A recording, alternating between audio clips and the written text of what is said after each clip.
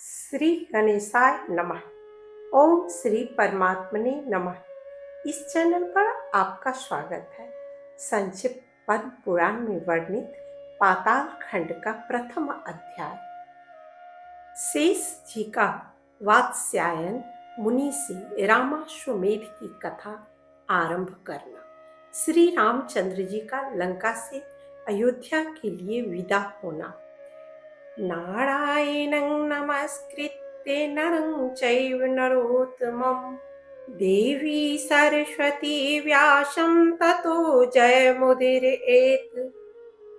ऋषि बोले, महाभाग सुत जी, हमने आपके मुख से समूचे स्वर्ग खंड की मनोहर कथा सुनी।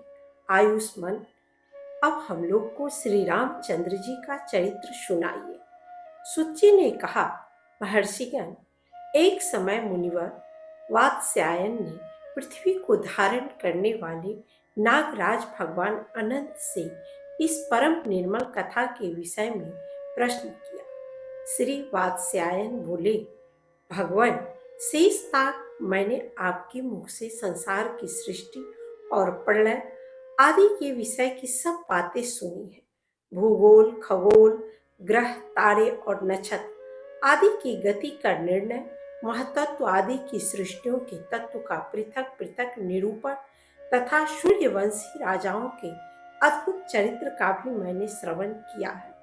इसी प्रसंग में आपने भगवान श्री रामचंद्र जी की कथा का भी वर्णन किया है, जो अनेकों महापापों को दूर करने वाली है।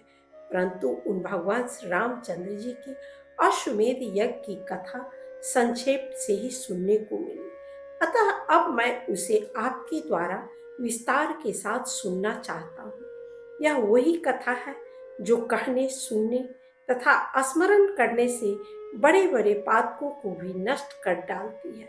इतना ही नहीं, वह मनोवांछित वस्तु को देने वाली तथा भक्तों के चित्त को प्रसन्न करने वाली है। भगवान शेष ने कहा, ब्राह्मण, आप ब्राह्मण कुल में श्रेष्ठ एवं धन्यवाद के पात्र हैं, क्योंकि आपको ऐसी बुद्धि प्राप्त हुई है जो श्री रामचंद्र जी के युगल चरणार बिंदु का मकरंद पार करने के लिए लोलुप रहती है। सभी ऋषि, महर्षि, साधु पुरुषों के समागम को श्रेष्ठ बतलाते हैं।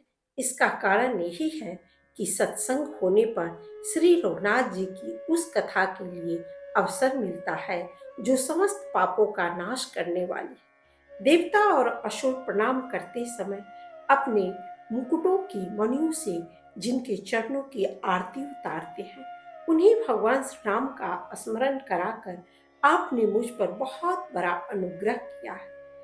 जहाँ ब्रह्मा आदि देवता भी मोहित होकर कुछ नहीं जान पाते, उसी श्री रघुनाथ कथा रूपी महासागर की थाह लगाने के लिए मेरे जैसे मशक समान तुच्छ जीव की कितनी शक्ति है। तथापि मैं अपनी शक्ति के अनुसार आपसे श्री राम कथा का वर्णन करूंगा, क्योंकि अत्यंत विस्तृत आकाश में भी पक्षी अपने गमन शक्ति के अनुसार उड़ते ही हैं। श्री रघुनाथ जी का चरित्र करोड़ों श्लोकों में वर्णित है। जिनकी जैसी बुद्धि होती है, वे वैसा ही उसका वर्णन करते हैं। जैसे अग्नि के संपर्क से सोना शुद्ध हो जाता है, उसी प्रकार श्री रघुनाथ जी की उत्तम कीर्ति मेरी बुद्धि को भी निर्मल बना देगी। सुत जी कहते हैं, महर्षियों, मुनिवर वात्स्यायन से यूं कहकर भगवान शेष ने ध्यानस्थ हो अपनी आंखें बंद कर ली और ज्ञान दृष्टि के द्वारा उस लोकोत्तर कल्याणमय कथा का अवलोकन किया। फिर तो अत्यंत हर्ष के कारण उनके शरीर में रोमांच हो आया और वे गदगद वाणी से युक्त होकर दशरथ नंदन श्री रघुनाथ जी की विशद कथा का वर्णन करने लगे।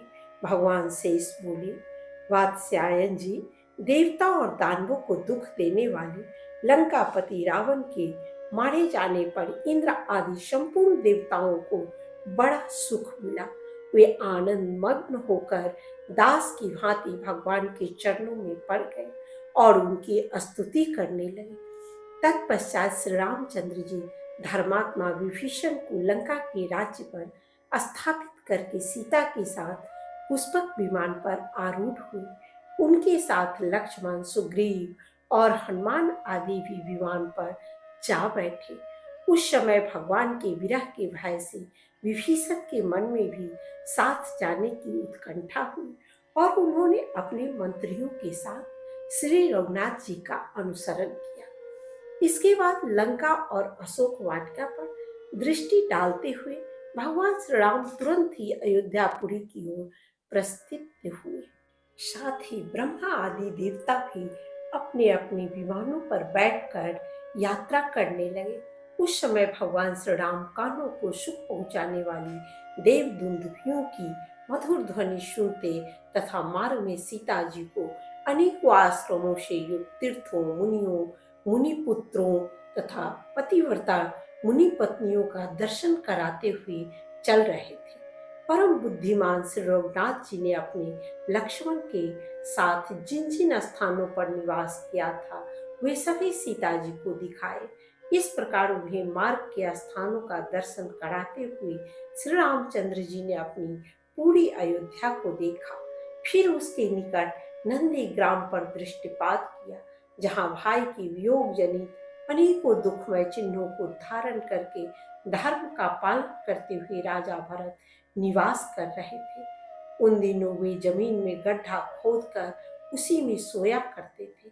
ब्रह्मचर्य के पालन पूर्वक मस्तक पर जटा और शरीर में वल्कल वस्त्र धारण किए रहते थे। उनका शरीर अत्यंत दुर्बल हो गया था।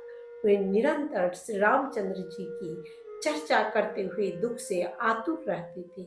अन्न के नाम पर तो वे जौ भी नहीं ग्रहण करते थे तथा पानी भी बारंबार नहीं पीते थे। जब सूर्यदेव का उदय होता तब वे उन्हें प्रणाम करके कहते, जगत को नेत्र प्रदान करने वाले भगवान सूर्य, आप देवताओं के स्वामी हैं, मेरे महान पाप को हर लीजिए।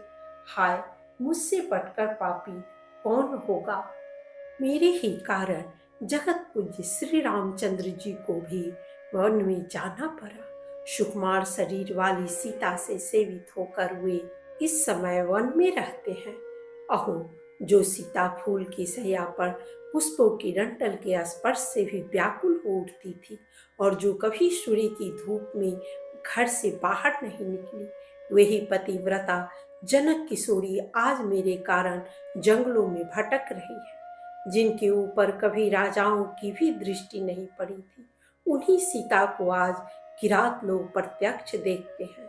जो यहाँ मीठे मीठे पकवानों को भोजन के लिए आग्रह करने पर भी नहीं खाना चाहती थी, वे जानकी आज जंगली फलों के लिए स्वयं याचना करती होंगी। इस प्रकार श्री राम के प्रति भक्ति रखने वाले महाराज भरत प्रतिदिन प्रातःकाल सूर्योपस्थान के पश्चात उपयुक्त बातें कहा करते थे। उनके दुख सुख में समान रूप से हाथ बटाने वाले शास्त्र चतुर, नीतिज्ञ और विद्वान मंत्री जब भरत जी को सांत्वना देते हुए कुछ कहते तब वे उन्हें इस प्रकार उत्तर देते थे, अमात्यगण, मुझे भाग्यहीन से आप लोग क्यों बातचीत करते हैं। मैं संसार के सब लोगों से अधम हूँ, क्योंकि मेरे ही कारण मेरे बड़े भाई श्री राम आज वन में जाकर कष्ट उठा रहे हैं। मुझे अभागे के लिए अपने पापों के प्रायश्चित करने का यह अवसर प्राप्त हुआ है। अतः मैं श्री रामचंद्र जी के चरणों का निरंतर आदर पूर्वक स्मरण करते हुए अपने दोषों का मार्जन करूंगा। इस जगत में माता सुमित्रा भी धन्य है। वे ही अपने पति से प्रेम करने वाली तथा वीर पुत्र की जननी है, जिनके पुत्र लक्ष्मण सदा श्री रामचंद्र जी के चरणों की सेवा में रहते हैं। इस प्रकार भ्रातृवत्सल भरत जहाँ रहकर उच्च स्वर से विलाप करते थे, उस नंदी ग्राम को भगवान श्री राम ने देखा। भरत से मिलकर भगवान श्री राम का अयोध्या के निकट आगमन। शेष जी कहते हैं, मुनि, नंदी ग्राम पर दृष्टि पड़ते ही श्री रघुनाथ जी का चित्त भरत को देखने की उत्कंठा से विह्वल हो गया। उन्हें धर्मात्माओं में अग्रगण्य भाई भरत की बारंबार याद आने लगी। तब वे महाबली वायुनंदन हनुमान जी से बोले, वीर, तुम मेरे भाई के पास जाओ। उनका शरीर मेरे वियोग से छिन्न होकर छड़ी के समान दुबला पतला हो गया है और वे उसे किसी प्रकार हठपूर्वक धारण किए हुए हैं। जो वल्कल पहनते हैं, मस्तक पर जटा धारण करते हैं, जिनकी दृष्टि में पराई स्त्री माता और सुवर्ण मिट्टी के ढेले के समान है, तथा जो प्रजाजनों को अपने पुत्रों की भांति स्नेह दृष्टि से देखते हैं, वे मेरे धर्मज्ञ भ्राता भरत दुखी हैं। उनका शरीर मेरे वियोग जनित दुख रूपी अग्नि की ज्वाला में दग्ध हो रहा है। अतः इस समय तुम तुरंत जाकर मेरे आगमन के संदेश रूपी जल की वर्षा से उन्हें शांत करो। उन्हें यह समाचार सुनाओ कि सीता, लक्ष्मण, सुग्रीव आदि कपीश्वरों तथा विभीषण सहित राक्षसों को साथ ले तुम्हारे भाई श्री राम पुष्पक विमान पर बैठकर सुखपूर्वक आ पहुंचे हैं। इससे मेरा आगमन जानकर मेरे छोटे भाई भरत शीघ्र ही प्रसन्न हो जाएंगे। परम बुद्धिमान श्री रघुवीर के ये वचन सुनकर हनुमान जी उनकी आज्ञा का पालन करते हुए भरत जी के निवास स्थान नंदी ग्राम को गए। वहां पहुंचकर उन्होंने देखा भरत जी बूढ़े मंत्रियों के साथ बैठे और अपने पूज्य भ्राता के वियोग से अत्यंत दुर्बल हो गए हैं। उस समय उनका मन श्री रघुनाथ जी के चरणारविंदों के मकरंद में डूबा हुआ था और वे अपने वृद्ध मंत्रियों से उन्हीं की कथा वार्ता कर रहे थे। वे ऐसे जान पड़ते थे मानो धर्म की मूर्तिमान स्वरूप हो, अथवा विधाता ने मानो संपूर्ण सतगुण को एकत्रित करके उसी के द्वारा उनका निर्माण किया। भरत जी को इस रूप में देखकर हनुमान जी ने उन्हें प्रणाम किया तथा भरत जी भी उन्हें देखते ही तुरंत हाथ जोड़कर खड़े हो गए और बोले, आइए, आपका स्वागत है।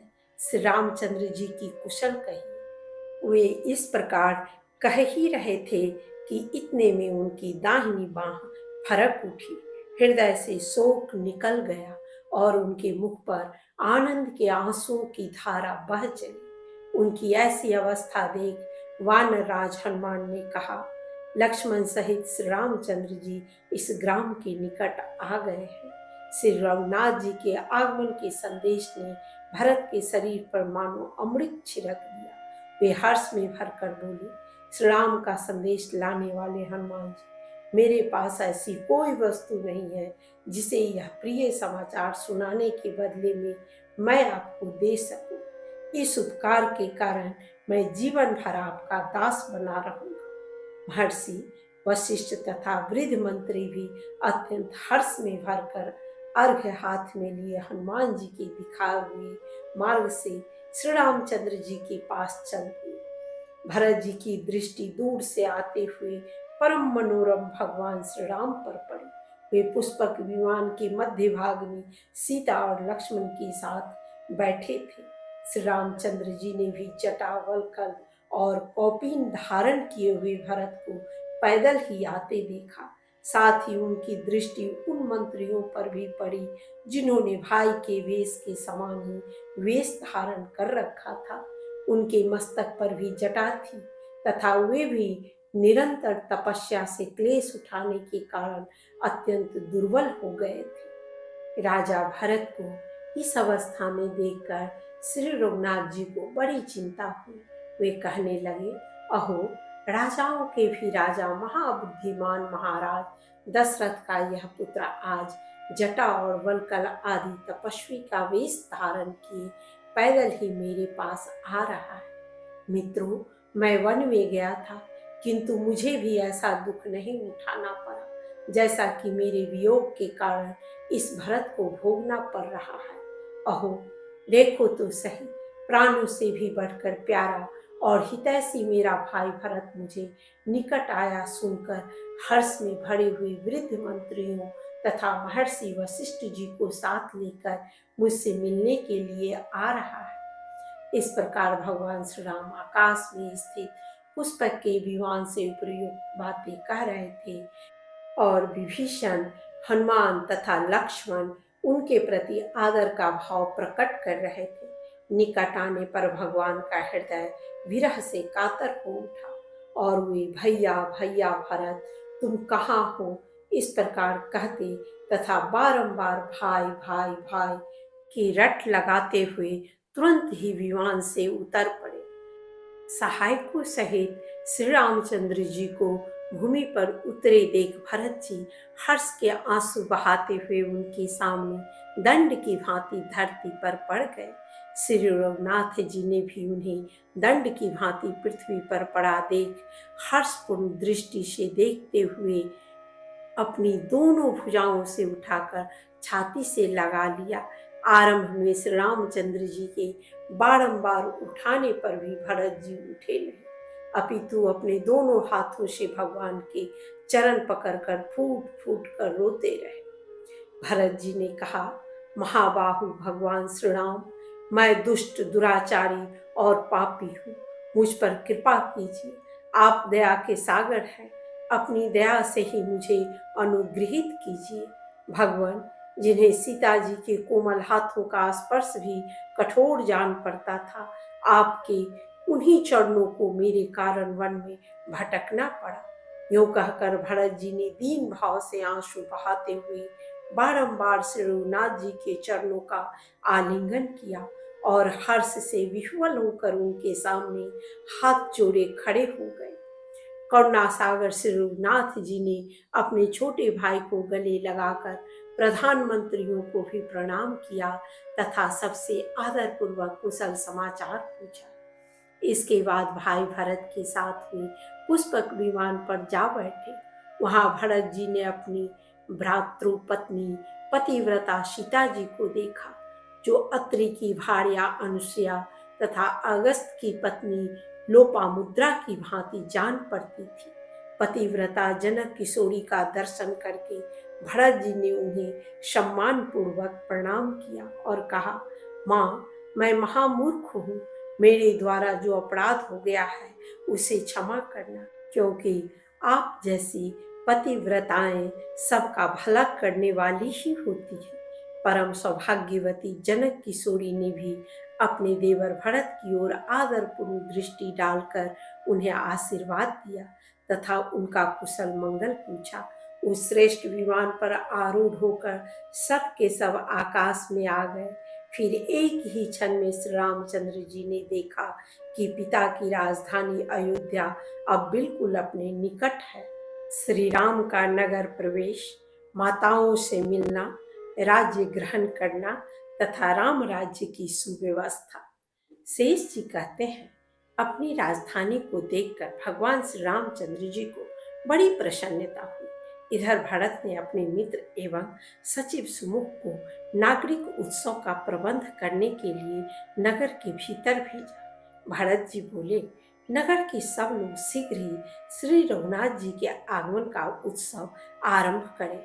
घर घर में सजावट की जाए, सड़कें झाड़ बुहार कर साफ की जाए और उन पर चंदन मिश्रित जल का छिड़काव करके उनके ऊपर फूल बिछा दिए जाए। हर एक घर के आंगन में नाना प्रकार की ध्वजाएं फहराई जाए, प्रकाश का प्रबंध हो और सर्वोभद्र आदि चित्र अंकित किए जाए। श्री राम का आगमन सुनकर हर्ष में भरे हुए लोग पीढ़ी कथनानुसार नगर की शोभा बढ़ाने वाली भांति भांति की रचना करें। शेष जी कहते हैं, भरत जी के ये वचन सुनकर मंत्रवेताओं में श्रेष्ठ सुमुख ने अयोध्यापुरी को अनेक प्रकार की सजावट एवं तोरणों से सुशोभित करने के लिए उसके भीतर प्रवेश किया। नगर में जाकर उसने सब लोगों में श्री राम के आगमन महोत्सव की घोषणा करा दी। लोगों ने जब सुना कि श्री रघुनाथ जी अयोध्यापुरी के निकट आ गए हैं, तब उन्हें बड़ा हर्ष हुआ, क्योंकि वे पहले भगवान के विरह से दुखी हो अपने सुख भोग का परित्याग कर चुके थे। वैदिक ज्ञान से संपन्न पवित्र ब्राह्मण हाथों में कुश लिए धोती और चादर से सुसज्जित हो श्री रामचंद्र जी के पास गए, जिन्होंने संग्राम भूमि में अनेकों वीरों पर विजय पाई थी। वे धनुष बाण धारण करने वाले श्रेष्ठ और सुरमा क्षत्रिय भी उनके समीप गए। धन धान से समृद्ध वैश्य भी सुंदर वस्त्र पहनकर महाराज श्री राम के निकट उपस्थित हुए। उस समय उनके हाथ सोने की मुद्राओं से सुशोभित हो रहे थे तथा वे शूद्र जो ब्राह्मणों के भक्त अपने जातीय आचार में दृढ़ता पूर्वक स्थित और धर्म कर्म का पालन करने वाले थे, अयोध्यापुरी के स्वामी श्री रामचंद्र जी के पास गए।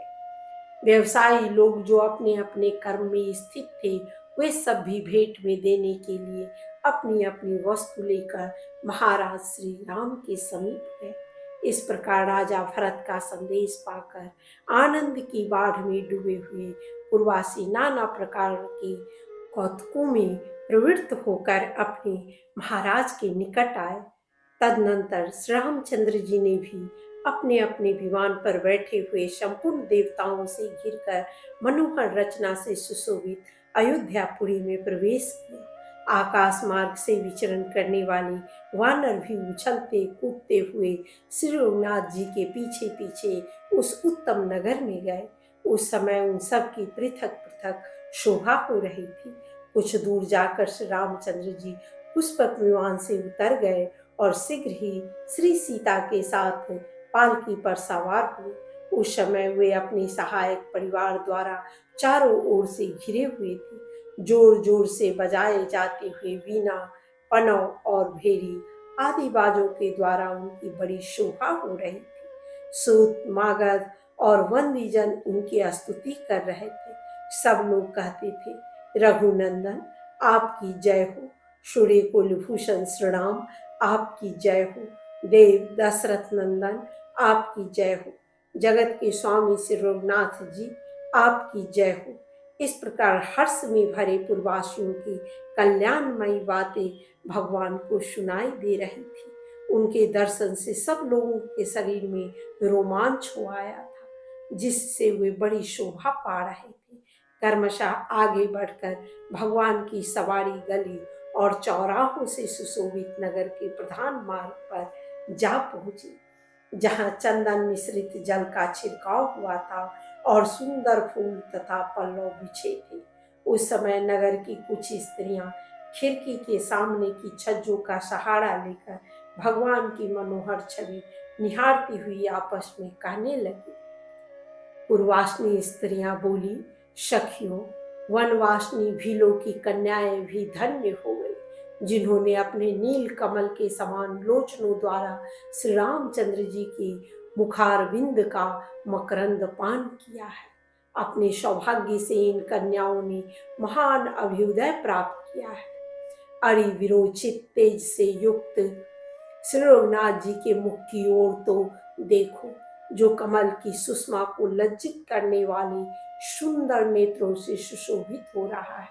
उसे देखकर धन्य हो जाओगे।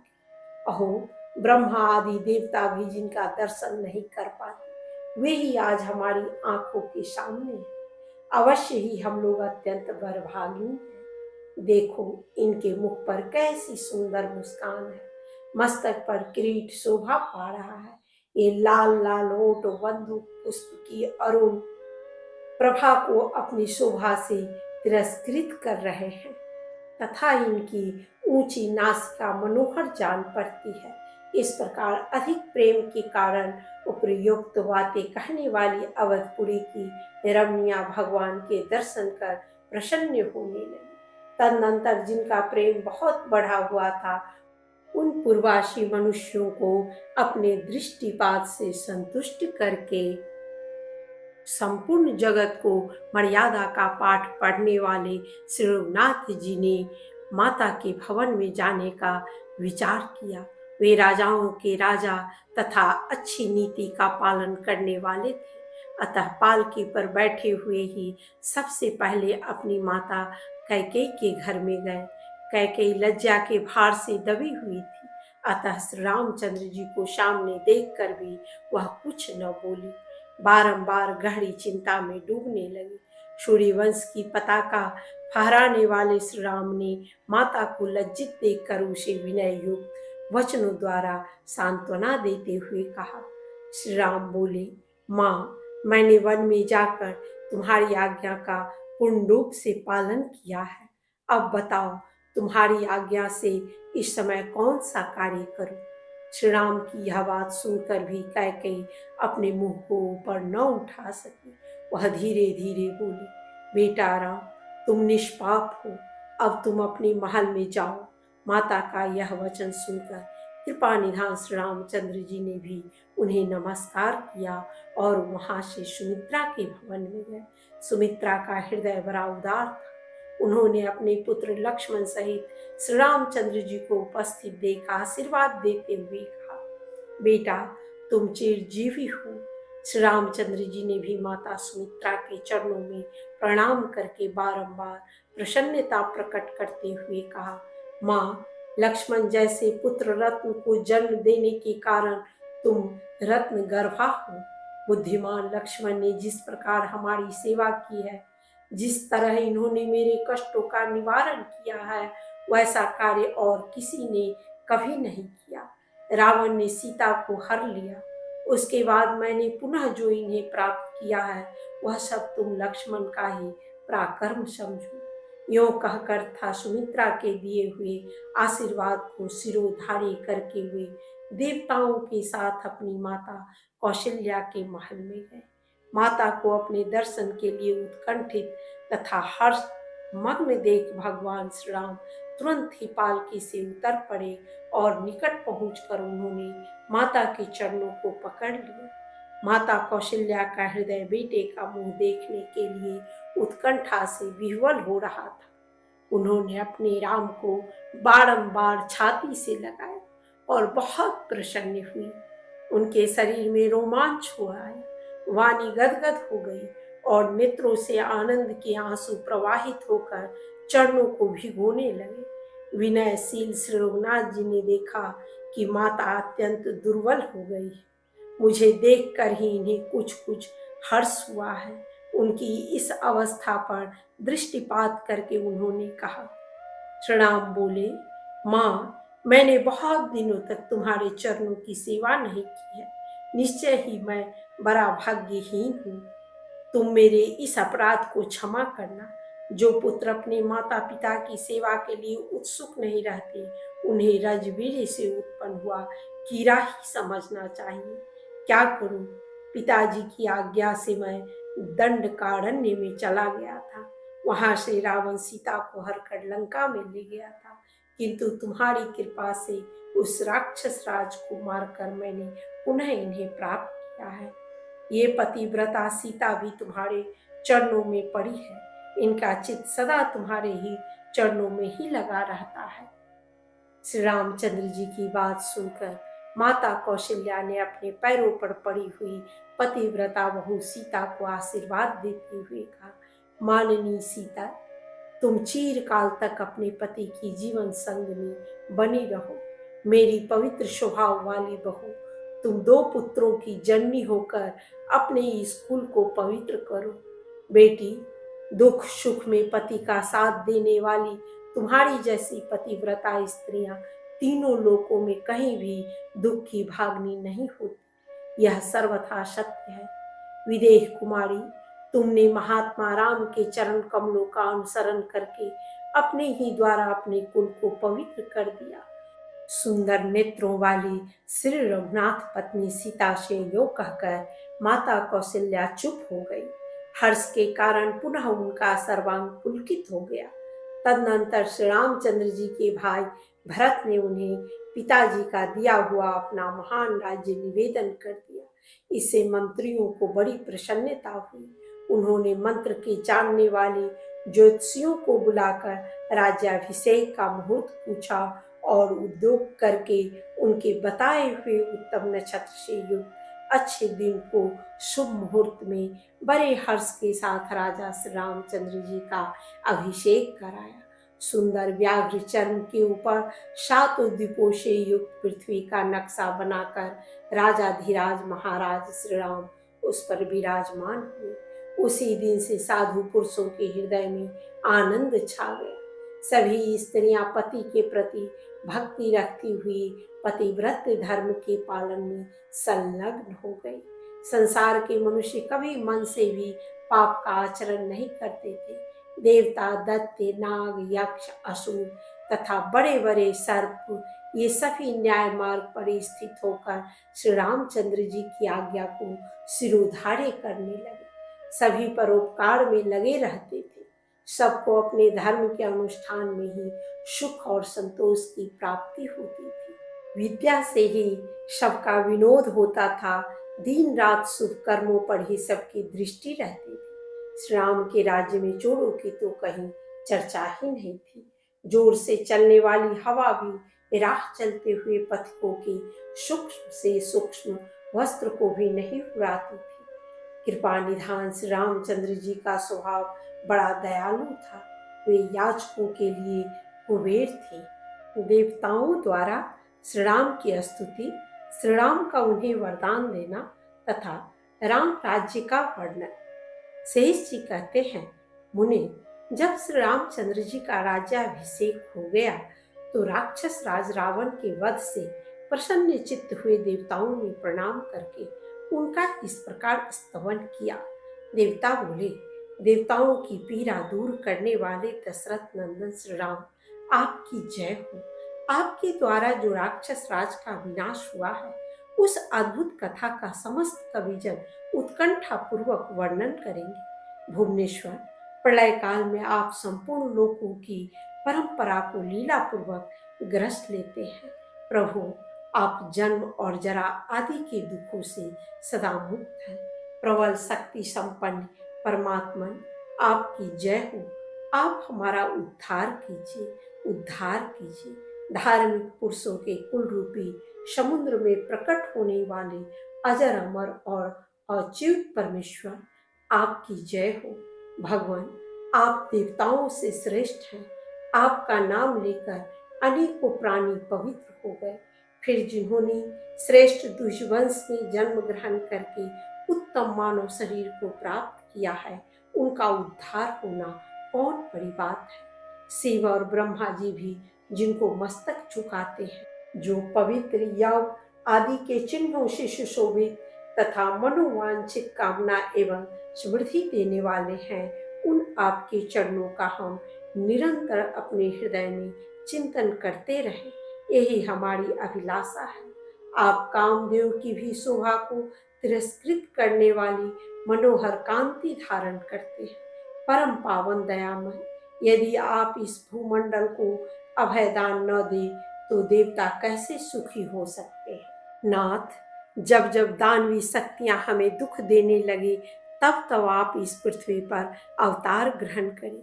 विभु, यद्यपि आप सबसे श्रेष्ठ, अपने भक्तों द्वारा पूजित और जन्मा तथा अविकारी हैं, तथापि अपनी माया का आश्रय लेकर भिन्न भिन्न रूप में प्रकट होते हैं।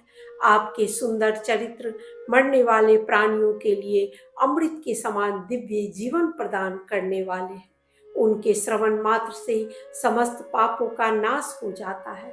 आपने अपनी इस लीलाओं से समस्त भूमंडल को व्याप्त कर रखा है तथा गुणों का गान करने वाले देवताओं द्वारा भी आपकी स्तुति की गई है, जो सबके आदि हैं, परंतु जिनका आदि कोई नहीं है, जो अजर अमर रूप धारण करने वाले हैं, जिनके गले में हार और मस्तक पर किरीट शोभा पाता है, जो कामदेव की भी कांति को लज्जित करने वाले हैं। साक्षात भगवान शिव जिनके चरण कमलों की सेवा में लगे रहते हैं तथा जिन्होंने अपने शत्रु रावण का बलपूर्वक वध किया है, वे श्री रघुनाथ जी सदा ही विजयी हो। ब्रह्मा आदि संपूर्ण देवताओं ने इस प्रकार स्तुति करके विनीत भाव से श्री रघुनाथ जी को बारंबार प्रणाम किया। महायशस्वी श्री रामचंद्र जी देवताओं की इस स्तुति से बहुत संतुष्ट हुए और उन्हें मस्तक झुकाकर चरणों में पड़े देख बोले। श्री राम ने कहा, देवता गणों, तुम लोग मुझसे कोई ऐसा वर मांगो जो तुम्हें अत्यंत दुर्लभ हो तथा जिसे अब तक किसी देवता, दानव, यक्ष और राक्षस ने भी नहीं प्राप्त किया। देवता बोले, स्वामी, आपने हम लोग के इस शत्रु दशानन का जो वध किया है, उसी से हमें सब उत्तम वरदान प्राप्त हो गया। अब हम यही चाहते हैं कि जब जब कोई असुर हम लोग को क्लेश पहुंचावे, तब तब आप इसी तरह हमारे उस शत्रु का नाश किया करें। वीरवर भगवान श्री रामचंद्र जी ने बहुत अच्छा कहकर देवताओं की प्रार्थना स्वीकार की और फिर इस प्रकार कहा।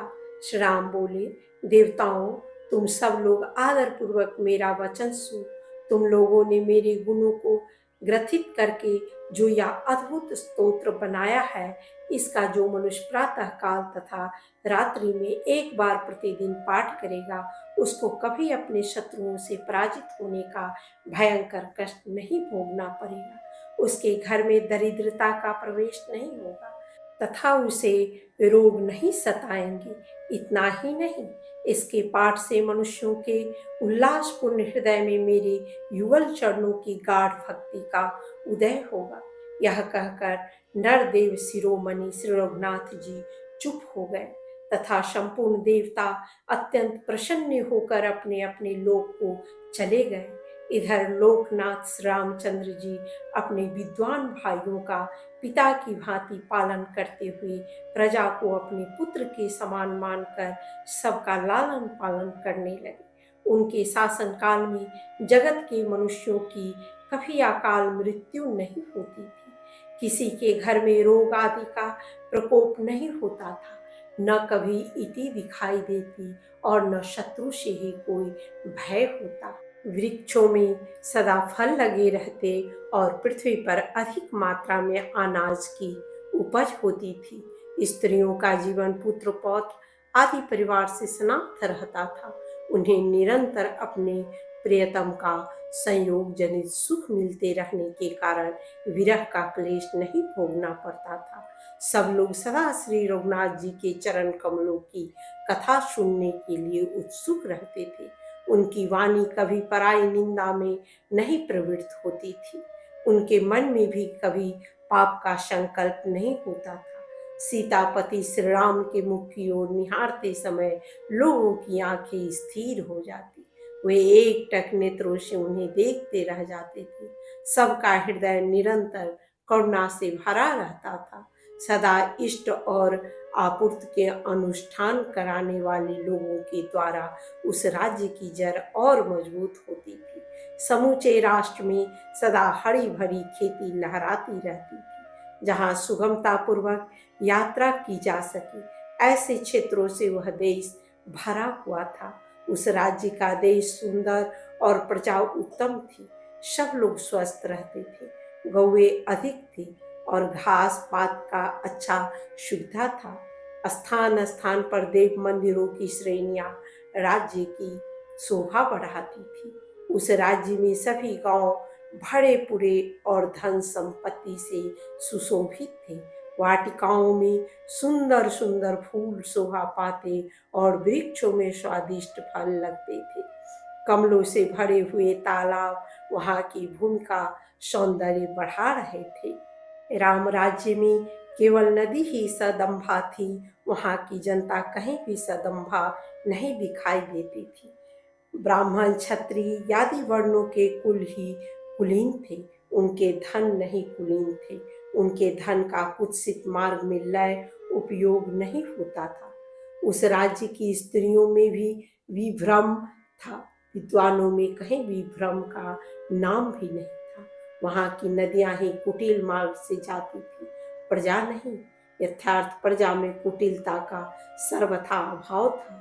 श्री राम के राज्य में केवल कृष्ण पक्ष की रात्रि ही तम से युक्त थी, मनुष्यों में तम नहीं था। वहां की स्त्रियों में ही रज का संयोग देखा जाता था, धर्म प्रधान मनुष्यों में नहीं। यथार्थ मनुष्यों में धर्म की अधिकता होने के कारण सत्वगुण का ही उद्रेक होता था। धन से वहां के मनुष्य आनंद थे, उनका भोजन आनंद नहीं था। उस राज्य में केवल रथ ही अनय था, राज कर्मचारियों में अनय का भाव नहीं था।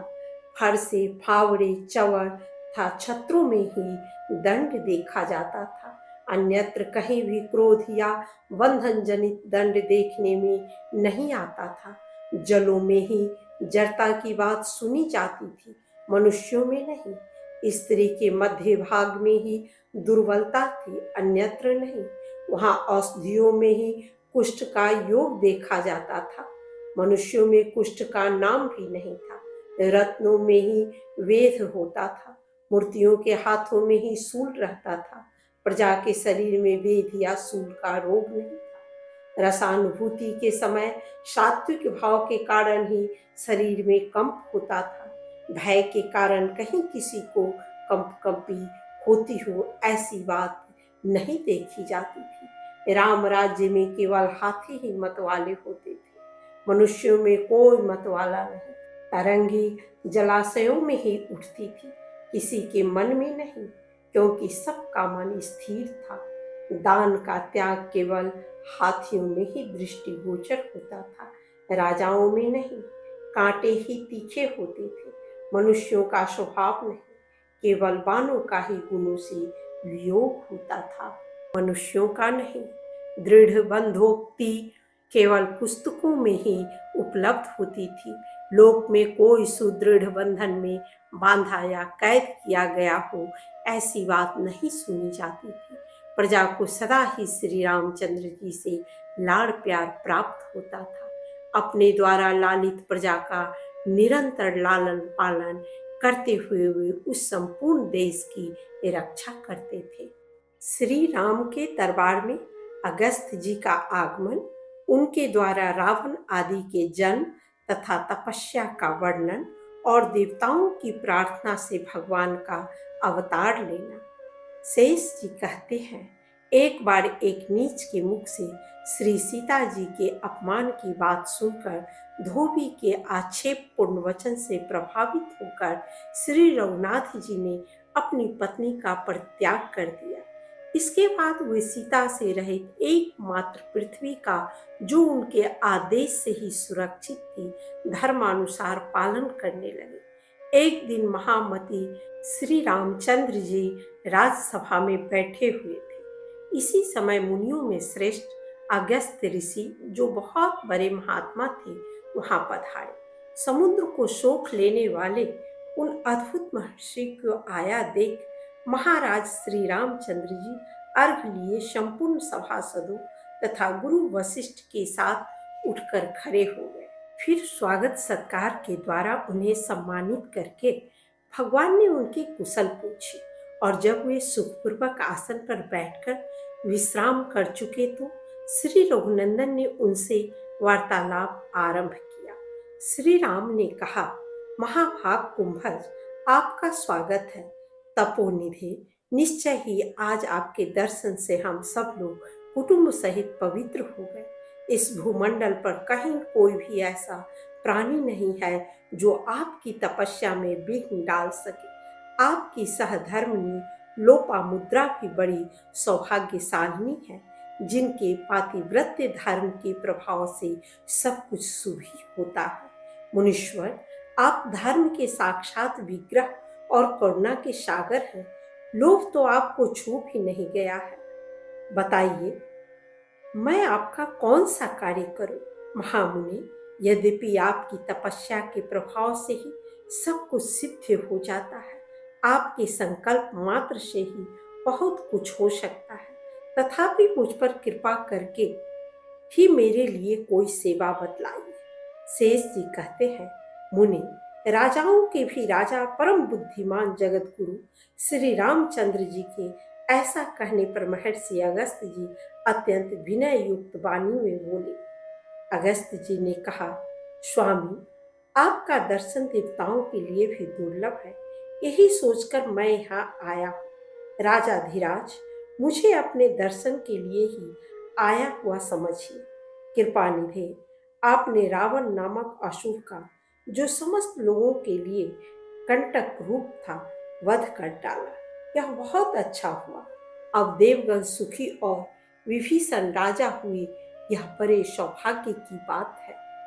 श्री राम, आज आपका दर्शन पाकर मेरे मन का खाली खजाना भर गया। मेरे सारे पाप नष्ट हो गए। यो कहकर महर्षि कुंभज चुप हो गए। भगवान के दर्शन जनित आह्लाद से उनका चित्त विह्वल हो रहा था। उस समय श्री रघुनाथ जी ने उन ज्ञान विशारद मुनि से पुनः इस प्रकार प्रश्न किया, मुनि, आपसे कुछ बातें पूछ रहा हूं, आप उन्हें विस्तार पूर्वक बतलाओ।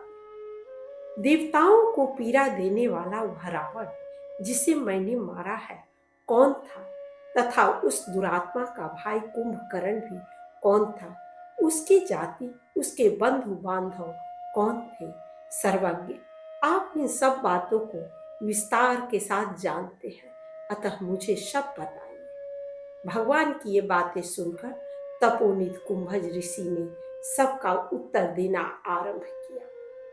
राजन, संपूर्ण जगत की सृष्टि करने वाले जो ब्रह्मा जी हैं, उनके पुत्र महर्षि पुलस्त हुए।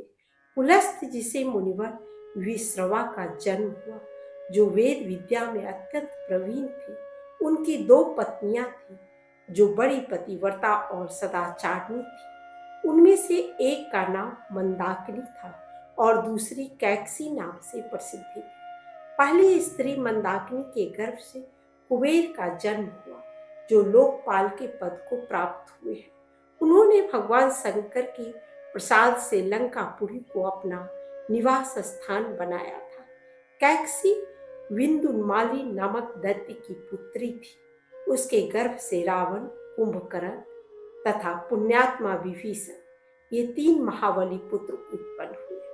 महामते, इनमें रावण और कुंभकर्ण की बुद्धि अधर्म में निपुण हुई, क्योंकि वे दोनों जिस गर्भ से उत्पन्न हुए थे उसकी स्थापना संध्या काल में हुई थी। एक समय की बात है, कुबेर परम शोभायमान पुष्पक विमान पर आरूढ़ हो माता पिता का दर्शन करने के लिए उनके आश्रम में गए।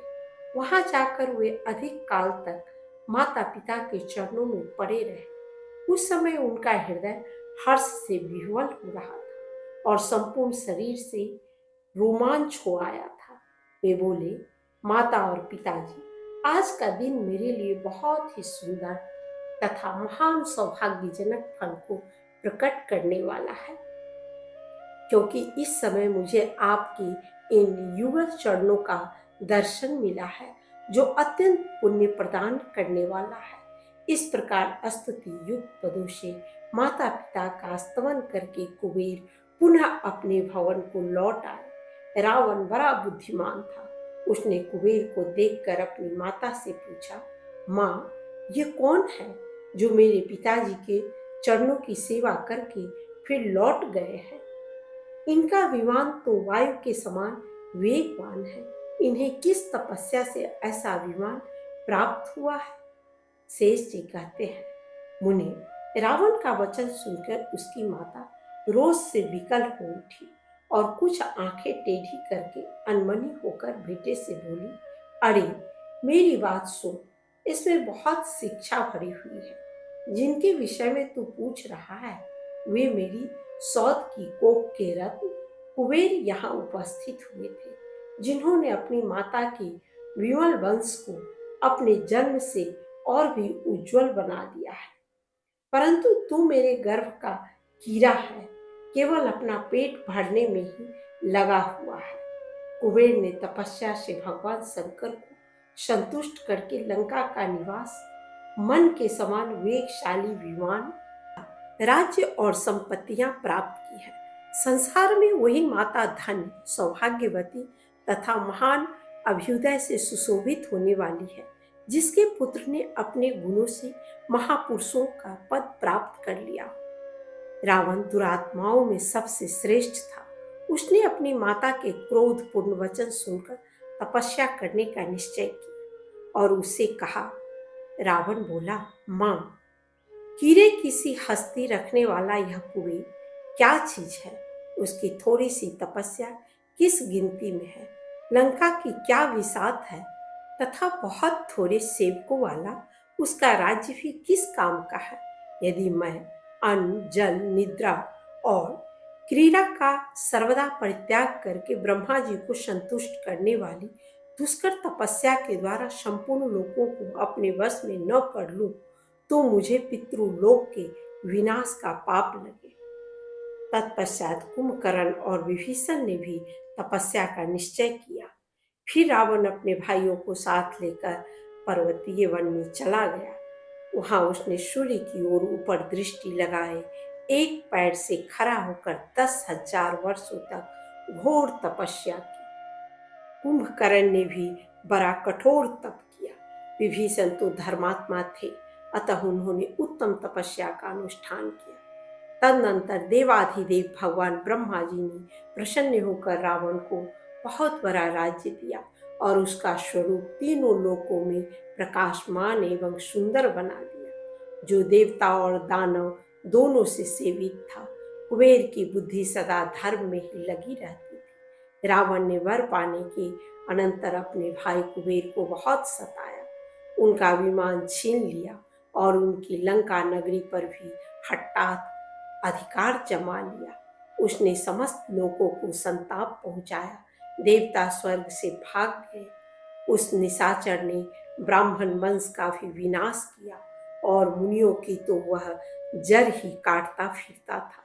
तब उसके अत्याचार से अत्यंत दुखी होकर इंद्र आदि समस्त देवता ब्रह्मा जी के पास गए तथा दंडवत प्रणाम करके उनकी स्तुति करने लगे। जब सबने आदर पूर्वक प्रिय वचनों द्वारा उनका स्तवन किया तो भगवान ब्रह्मा ने प्रसन्न होकर कहा, देवगण, मैं तुम्हारा कौन सा कार्य करूं? तब देवताओं ने ब्रह्मा जी से अपना अभिप्राय निवेदन किया। रावण से प्राप्त होने वाले अपने कष्ट और पराजय का वर्णन किया। उनकी बातें सुनकर ब्रह्मा जी ने क्षण भर विचार किया। फिर देवताओं को साथ लेकर वे कैलाश पर्वत पर गए। उस पर्वत के पास पहुंचकर इंद्र आदि देवता वहां की विचित्रता देखकर मुग्ध हो गए और खड़े होकर उन्होंने शंकर जी की इस प्रकार स्तुति की, भगवान, आप भौ, शर्व तथा नीलग्रीव आदि नाम से प्रसिद्ध हैं। आपको नमस्कार है। स्थूल और सूक्ष्म रूप धारण करने वाले आपको प्रणाम है तथा अनेकों रूपों में प्रतीत होने वाले आपको नमस्कार है। सब देवताओं के मुख से यह स्तुति युक्त वाणी सुनकर भगवान शंकर ने नंदी से कहा, देवताओं को मेरे पास लाओ। आज्ञा पाकर नंदी ने उसी समय देवताओं को बुलाया। अंतःपुर में पहुंचकर उन्होंने आश्चर्यचकित दृष्टि से भगवान का दर्शन किया। देवताओं के साथ प्रणाम करके ब्रह्मा जी शिव जी के सामने खड़े हो गए और उन देव देवेश्वर से बोले, शरणागत वत्सल महादेव, आप देवताओं की अवस्था पर दृष्टि डालिए और इनके ऊपर कृपा कीजिए। दुष्ट राक्षस रावण का वध करने के लिए जो उद्योग हो सके वह कीजिए। ब्रह्मा जी के दैन्य और शोक से युक्त वचन सुनकर शंकर जी भी देवताओं के साथ भगवान श्री विष्णु के स्थान पर आए। वहां देवता, नाग, किन्नर और मुनि सब ने मिलकर भगवान की स्तुति की। देवताओं के स्वामी माधव, आपकी जय हो। भक्त जनों का दुख दूर करने वाले परमेश्वर, आपकी जय हो। महादेव, हम पर कृपा कीजिए और अपने इन सेवकों पर दृष्टि डालिए। रुद्र आदि संपूर्ण देवताओं ने जब इस प्रकार उच्च स्वर से स्तवन किया तो उनके वचन सुनकर देवाधिदेव श्री विष्णु ने देव समुदाय के दुख पर अच्छी तरह विचार किया। तत्पश्चात वे मेघ के समान गंभीर वाणी से उनका शोक शांत करते हुए बोले, ब्रह्मा, रुद्र और इंद्र आदि देवताओं, मैं आप लोगों के हित की बात बता रहा हूँ, सुनिए। रावण के द्वारा जो आपको भय प्राप्त हुआ है उसे मैं जानता हूँ। अब अवतार धारण करके मैं उस भय का नाश करूँगा। भूमंडल में एक अयोध्या नाम की पुरी है जो बड़े बड़े दान और यज्ञ आदि शुभ कर्मों का अनुष्ठान करने वाले सूर्यवंशी राजाओं द्वारा सुरक्षित है। वह अपनी रजतमयी भूमि से सुशोभित हो रही है। उस पुरी में दशरथ नाम से प्रसिद्ध एक राजा है जो इस समय 10 दिशाओं को जीतकर पृथ्वी के राज्य का पालन कर रहे हैं। यद्यपि वे राज्य लक्ष्मी से संपन्न और शक्तिशाली हैं, तथापि अभी तक उन्हें कोई संतान नहीं है। महान बलशाली राजा दशरथ पुत्र की प्राप्ति की इच्छा से वंदनीय ऋषि श्रृंग मुनि को प्रार्थना पूर्वक बुलवाएंगे और उनके आचार्यत्व में विधि पूर्वक पुत्रेष्ठ यज्ञ का अनुष्ठान करेंगे। तदनंतर मैं आप लोगों के हित के लिए राजा की 3 रानियों के गर्भ से 4 स्वरूपों में प्रकट होऊंगा। राजा भी पूर्व जन्म में तपस्या करके मुझसे इस बात के लिए प्रार्थना कर चुके हैं। मेरे चारों स्वरूप क्रमशः राम, भरत, लक्ष्मण और शत्रुघ्न के नाम से प्रसिद्ध होंगे। उस समय मैं रावण का बल, वाहन और जड़ मूल सहित संहार कर डालूंगा। आप लोग भी अपने अपने अंश से भालू और वानर के रूप में प्रकट होकर पृथ्वी पर सर्वत्र विचरते रहिए। इस प्रकार आकाशवाणी करके भगवान मौन हो गए। उनका वचन सुनकर सब देवताओं का चित्त प्रसन्न हो गया। परम मेधावी देवाधिदेव भगवान ने जैसा कहा था उसी के अनुसार देवताओं ने कार्य किया। उन्होंने अपने अपने अंश से ऋक्ष और वानर का रूप धारण करके समूची पृथ्वी को भर दिया। महाराज, देवताओं का दुख दूर करने वाले जो महान देव श्री विष्णु कहलाते हैं वे आप ही हैं। आप ही मानव शरीरधारी भगवान हैं। महामते, ये भरत, लक्ष्मण और शत्रुघ्न आप ही के अंश हैं। आपने देवताओं को पीड़ा देने वाले दशानन का वध किया है। उस दैत्य की ब्रह्म राक्षस जाति थी, उसी का आपके द्वारा वध हुआ है। नरश्रेष्ठ, आप जगत के उत्पत्ति स्थान और संपूर्ण विश्व के आत्मा हैं। आपके राजा होने से देवता, असुर और मनुष्यों सहित समस्त संसार को सुख प्राप्त हुआ है। आपके स्पर्श से रहित श्री रघुनाथ जी, आपने जो कुछ पूछा है वह सब मैंने बतला दिया है। अगस्त का अश्वमेध यज्ञ की सलाह देकर अश्व की परीक्षा करना तथा यज्ञ के लिए आए हुए ऋषियों द्वारा धर्म की चर्चा। श्री राम बोले, विप्रवर, इक्ष्वाकु वंश में उत्पन्न हुए किसी पुरुष के मुख से कभी ब्राह्मणों ने कटु वचन तक नहीं सुना था। वर्ण और आश्रम के भेद से भिन्न भिन्न धर्मों के मूल हैं वेद और वेदों के मूल हैं ब्राह्मण। ब्राह्मण वंश ही वेदों की संपूर्ण शाखाओं को धारण करने वाला एकमात्र वृक्ष है। ऐसे ब्राह्मण कुल का मेरे द्वारा संहार हुआ है। ऐसी अवस्था में मैं क्या करूं जिससे मेरा कल्याण हो? अगस्त जी ने कहा, राजन, आप अंतर्यामी आत्मा एवं प्रकृति से परे साक्षात परमेश्वर हैं। आप ही इस जगत के कर्ता, पालक और संहारक हैं। साक्षात गुणातीत परमात्मा होते हुए भी आपने स्वेच्छा से सगुण स्वरूप धारण किया है। शराबी, ब्रह्म हत्यारा, सोना चुराने वाला तथा महापापी, ये सभी आपके नाम का उच्चारण करने मात्र से तत्काल पवित्र हो जाते हैं। महामते, ये जनक किशोरी भगवती सीता महाविद्या है, जिनके स्मरण मात्र से मनुष्य मुक्त होकर सद्गति प्राप्त कर लेंगे। लोगों पर अनुग्रह करने वाले महावीर श्री राम, जो राजा अश्वमेध यज्ञ का अनुष्ठान करता है, वह सब पापों के पार हो जाता है। राजा मनु, सगर, मरुद और नहुष नंदन, ययाति, ये आपके सभी पूर्वज यज्ञ करके परम पद को प्राप्त हुए हैं। महाराज, आप सर्वथा समर्थ हैं, अतः आप ही यज्ञ करिए। परम सौभाग्यशाली श्री रघुनाथ जी ने महर्षि अगस्त जी की बात सुनकर यज्ञ करने का ही विचार किया और उसकी विधि पूछी। श्री राम बोले, महर्षि, अश्वमेध यज्ञ में कैसा अश्व होना चाहिए? उसके पूजन की विधि क्या है? किस प्रकार उसका अनुष्ठान किया जा सकता है तथा उसके लिए किन किन शत्रुओं को जीतने की आवश्यकता है?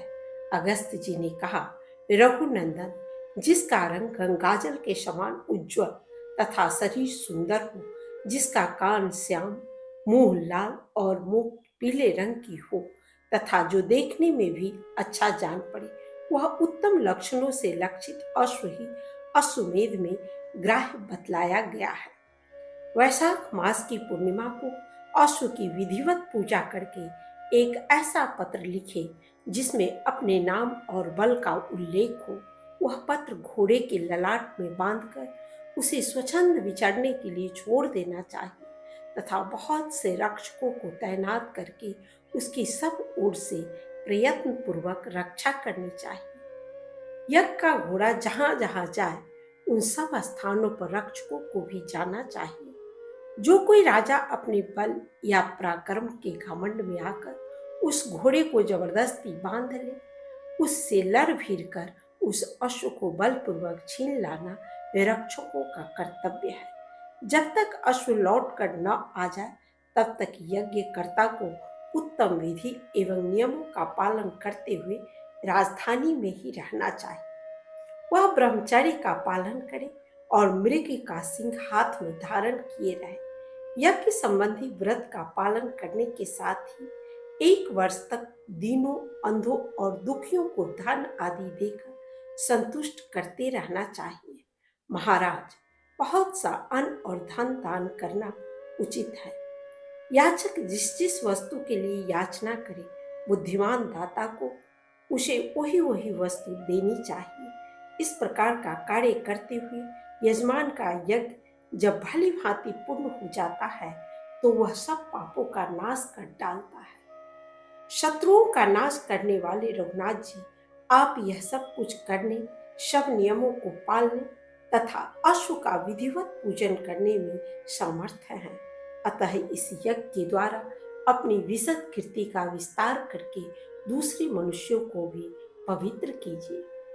श्री रामचंद्र जी ने कहा, विप्रवर, आप इस समय मेरी अश्वशाला का निरीक्षण कीजिए और देखिए उसमें ऐसे उत्तम लक्षणों से संपन्न घोड़े हैं या नहीं। भगवान की बात सुनकर दयालु महर्षि उठकर खड़े हो गए और यज्ञ के योग्य उत्तम घोड़ों को देखने के लिए चल दिए। श्री रामचंद्र जी के साथ अश्वशाला में जाकर उन्होंने देखा, वहां चित्र विचित्र शरीर वाले अनेकों प्रकार के अश्व थे जो मन के समान वेगवान और अत्यंत बलवान प्रतीत होते थे। उसमें ऊपर बताए हुए रंग के 1-2 नहीं, सैकड़ों घोड़े थे जिनकी पूंछ पीली और मुख लाल थे। साथ ही वे सभी तरह के शुभ लक्षणों से संपन्न दिखाई देते थे। उन्हें देखकर अगस्त जी बोले, रघुनंदन, आपके यहाँ अश्वमेध के योग बहुत से सुंदर घोड़े हैं, अतः आप विस्तार के साथ उस यज्ञ का अनुष्ठान कीजिए। महाराज श्री राम, आप महान सौभाग्यशाली हैं। देवता और असुर सभी आपके चरणों पर मस्तक झुकाते हैं, अतः आपको इस यज्ञ का अनुष्ठान अवश्य करना चाहिए। मुनि के इस वचन से उन्होंने यज्ञ के सभी मनोहर संभार एकत्रित किए। तत्पश्चात महाराज श्री राम मुनियों के साथ सरयू तट पर आए और सोने के हलों से 4 योजन लंबी चौड़ी बहुत बड़ी भूमि को जोता। इसके बाद उन पुरुषोत्तम के यज्ञ के लिए अनेकों मंडप बनवाए और योनि एवं मेखला से युक्त कुंड का विधिवत निर्माण करके उसे अनेकों रत्नों से सुसज्जित एवं सब प्रकार की शोभा से संपन्न बनाया। महान तपस्वी एवं परम सौभाग्यशाली मुनिवर वशिष्ठ ने सब कार्य वेद शास्त्र की विधि के अनुसार संपन्न कराया। उन्होंने अपने शिष्यों को महर्षियों के आश्रमों पर भेजकर कहलाया कि श्री रघुनाथ जी अश्वमेध यज्ञ का अनुष्ठान करने के लिए उद्धत हुए हैं, अतः आप सब लोग उसमें पधारें। इस प्रकार आमंत्रित होकर वे सभी तपस्वी महर्षि भगवान श्री राम के दर्शन के लिए अत्यंत उत्कंठित होकर वहां आए।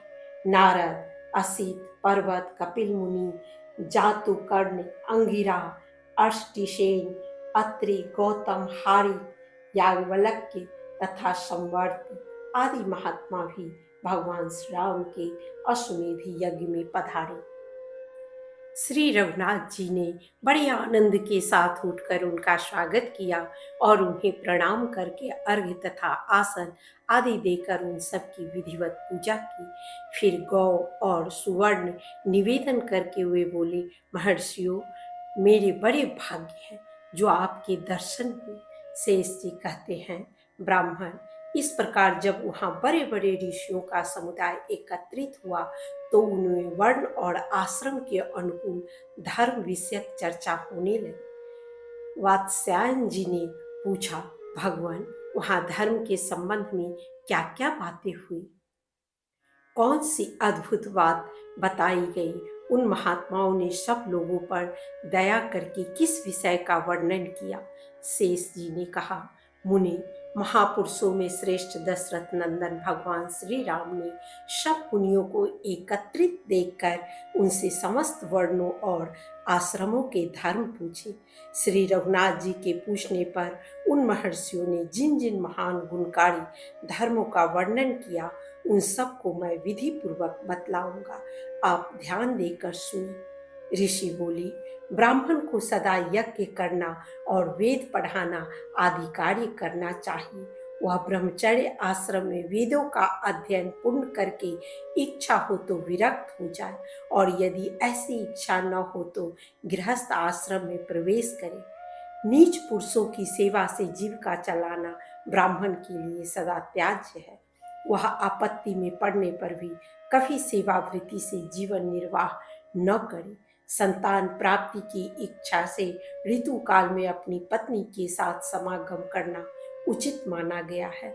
दिन में स्त्री के साथ संपर्क करना पुरुषों की आयु को नष्ट करने वाला है। श्राद्ध का दिन और सभी पर्व स्त्री समागम के लिए निषिद्ध है, अतः बुद्धिमान पुरुषों को इनका त्याग करना चाहिए। जो मोहवश उक्त समय में भी स्त्री के साथ संपर्क करता है वह उत्तम धर्म से भ्रष्ट हो जाता है। जो पुरुष केवल ऋतु काल में स्त्री के साथ समागम करता है तथा अपनी ही पत्नी में अनुराग रखता है उस उत्तम गृहस्थ को इस जगत में सदा ब्रह्मचारी ही समझना चाहिए। स्त्री के रजस्वला होने से लेकर 16 रात्रियां ऋतु कहलाती है। उनमें पहली 4 रातें निंदित हैं। शेष 12 रातों में से जो सम संख्या वाली अर्थात छठी और 8वीं आदि रातें हैं उनमें स्त्री समागम करने से पुत्र की उत्पत्ति होती है तथा विषम संख्या वाली यथार्थ 5वीं 7वीं आदि रात्रियां कन्या की उत्पत्ति करने वाली हैं। जिस दिन चंद्रमा अपने लिए दूषित हो उस दिन को छोड़कर तथा मघा और मूल नक्षत्र का भी परित्याग करके विशेषतः पुल्लिंग नाम वाले श्रवण आदि नक्षत्रों में शुद्ध भाव से पत्नी के साथ समागम करे। इससे चारों पुरुषार्थों के साधक शुद्ध एवं सदाचारी पुत्र का जन्म होता है। थोड़ी सी भी कीमत लेकर कन्या को बेचने वाला पुरुष पापी माना गया है। ब्राह्मण के लिए व्यापार, राजा की सेवा, वेदाध्ययन का त्याग, निंदित विवाह और नित्य कर्म का लोभ ये दोष कुल को नीचे गिराने वाले हैं। गृहस्थ आश्रम में रहने वाले पुरुष को अन्न, जल, दूध, मूल अथवा फल आदि के द्वारा अतिथि का सत्कार करना चाहिए। आया हुआ अतिथि सत्कार न पाकर जिसके घर से निराश लौट जाता है वह गृहस्थ जीवन भर के कमाए हुए पुण्य से क्षण भर में वंचित हो जाता है। गृहस्थ को उचित है कि वह बलि, वैश्व देव कर्म के द्वारा देवताओं, पितरों तथा मनुष्यों को उनका भाग देकर शेष अन्न का भोजन करे। वही उसके लिए अमृत है। जो केवल अपना पेट भरने वाला है, जो अपने लिए ही भोजन बनाता और खाता है, वह पाप का ही भोजन करता है। तेल में षष्ठी और अष्टमी को तथा मांस में सदा ही पाप का निवास है। चतुर्दशी को क्षौर कर्म तथा अमावस्या को स्त्री समागम का त्याग करना चाहिए। रजस्वला अवस्था में स्त्री के संपर्क से दूर रहे, पत्नी के साथ भोजन न करे, एक वस्त्र पहनकर तथा चटाई के आसन पर बैठकर भोजन करना निषिद्ध है। अपने में तेज की इच्छा रखने वाले श्रेष्ठ पुरुष को भोजन करती हुई स्त्री की ओर नहीं देखना चाहिए। मुंह से आग को न फूके, नंगी स्त्री की ओर दृष्टि न डाले, बछड़े को दूध पिलाती हुई गौ को न छेड़े, दूसरे को इंद्रधनुष न दिखावे, रात में दही खाना सर्वथा निषिद्ध है। आग में अपने पैर न सेके, उसमें कोई अपवित्र वस्तु न डालें, किसी भी जीव की हिंसा तथा दोनों संध्याओं के समय भोजन न करें। रात्रि को खूब पेट भर के भोजन करना उचित नहीं है। पुरुष को नाचने, गाने और बजाने में आसक्ति नहीं रखनी चाहिए। कांसे के बर्तन में पैर धुलाना निषिद्ध है। दूसरे के पहने हुए कपड़े और जूते न धारण करें। फूटे अथवा दूसरे के जूठे किए हुए बर्तन में भोजन न करें। भीगे पैर न सोए। हाथ और मुंह के जूठे रहते हुए कहीं न जाए। सोते सोते न खाए। उच्छिष्ट अवस्था में मस्तक का स्पर्श न करें। दूसरों के गुप्त भेद न खोले। इस प्रकार गृहस्थ धर्म का समय पूरा करके वानप्रस्थ आश्रम में प्रवेश करें। उस समय इच्छा हो तो वैराग्य पूर्वक स्त्री के साथ रहे अथवा स्त्री को साथ न रखकर उसे पुत्रों के अधीन सौंप दे। वानप्रस्थ धर्म का पूर्ण पालन करने के पश्चात विरक्त हो जाए, संन्यास ले ले। वात्स्यायन जी, उस समय महर्षियों ने उपयुक्त प्रकार से अनेकों धर्मों का वर्णन किया तथा संपूर्ण जगत के महान हृदय से भगवान श्री राम ने उन सबको ध्यान पूर्वक सुना। यज्ञ संबंधी अश्व का छोड़ा जाना और श्री राम का उसकी रक्षा के लिए शत्रुघ्न को उपदेश करना। शेष जी कहते हैं, मुने, इस प्रकार भगवान श्री राम ऋषियों के मुख से कुछ काल तक धर्म की व्याख्या सुनते रहे। इतने में वसंत का समय उपस्थित हुआ, जबकि महापुरुषों के यज्ञ आदि शुभ कर्मों का प्रारंभ होता है। वह समय आया देख बुद्धिमान महर्षि वशिष्ठ ने संपूर्ण जगत के सम्राट श्री रामचंद्र जी से यथोचित वाणी में कहा, महाबाहु रघुनाथ जी, अब आपके लिए वह समय आ गया है जबकि यज्ञ के लिए निश्चित किए हुए अश्व की भली भांति पूजा करके उसे पृथ्वी पर भ्रमण करने के लिए छोड़ा जाए। इसके लिए सामग्री एकत्रित हो, अच्छे अच्छे ब्राह्मण बुलाए जाए तथा स्वयं आप ही उन ब्राह्मणों की यथोचित पूजा करें। दीनों, अंधों और दुखियों का विधिवत सत्कार करके उन्हें रहने को स्थान दें और उनके मन में जिस वस्तु के पाने की इच्छा हो वही उन्हें दान करे। आप सुवर्णमयी सीता के साथ यज्ञ की दीक्षा लेकर उसके नियमों का पालन करें। पृथ्वी पर सोवे, ब्रह्मचारी रहे तथा धन संबंधी भोगों का परित्याग करें। आपके कटी भाग में मेखला सुशोभित हो। आप हरिण का सींग, मृग चर्म तथा दंड धारण करें तथा सब प्रकार के सामान और द्रव्य एकत्रित करके यज्ञ का आरंभ करें। महर्षि वशिष्ठ के ये उत्तम और यथार्थ वचन सुनकर परम बुद्धिमान श्री रामचंद्र जी ने लक्ष्मण से अभिप्राय युक्त बात कही। श्री राम बोले, लक्ष्मण, मेरी बात सुनो और सुनकर तुरंत उसका पालन करो। जाओ, प्रयत्न करके अश्वमेध यज्ञ के लिए उपयोगी अश्व ले आओ। शेष जी कहते हैं, श्री रामचंद्र जी के वचन सुनकर शत्रु विजयी लक्ष्मण ने सेनापति से कहा, वीर, मैं तुम्हें एक अत्यंत प्रिय वचन सुना रहा हूँ। सुनो। श्री रघुनाथ जी की आज्ञा के अनुसार शीघ्र ही हाथी, घोड़े, रथ तथा पैदल से युक्त चतुरंगनी सेना तैयार करो, जो काल की सेना का भी विनाश करने में समर्थ हो। महात्मा लक्ष्मण का यह कथन सुनकर कालजित नाम वाले सेनापति ने सेना को सुसज्जित किया। उस समय लक्ष्मण के आदेशानुसार सजकर आए हुए अश्वमेध यज्ञ के अश्व की बड़ी शोभा हुई। एक श्रेष्ठ पुरुष ने उसकी बागडोर पकड़ रखी थी। 10 ध्रुवक उसकी शोभा बढ़ा रहे थे। अपने छोटे छोटे रों के कारण भी वह बड़ा सुंदर जान पड़ता था। उसके गले में घुंघरू पहनाए गए थे जो एक दूसरे से मिले नहीं थे। विस्तृत कंठकोश में मणि सुशोभित थी। मुख की कांति भी बड़ी विशद थी और उसके दोनों कान छोटे छोटे तथा काले थे। घास के ग्रास से उसका मुंह बड़ा सुहावना जान पड़ता था और चमकीले रत्नों से उसको सजाया गया था। इस प्रकार सज धज कर मोतियों की मालाओं से सुशोभित हो वह अश्व बाहर निकला उसके ऊपर श्वेत छत्र तना हुआ था। दोनों ओर से दो सफेद चंवर उसकी शोभा बढ़ा रहे थे। सारांश यह कि उस अश्व का सारा शरीर ही नाना प्रकार के शोभा साधनों से संपन्न था। जिस प्रकार देवता लोग सेवा के योग्य श्री हरि की सब ओर से सेवा करते हैं, उसी प्रकार बहुत से सैनिक उस घोड़े के आगे पीछे और बीच में रहकर उसकी रक्षा कर रहे थे। तदनंतर सेनापति कालजीत ने अपनी विशाल सेना को कूच करने की आज्ञा दी।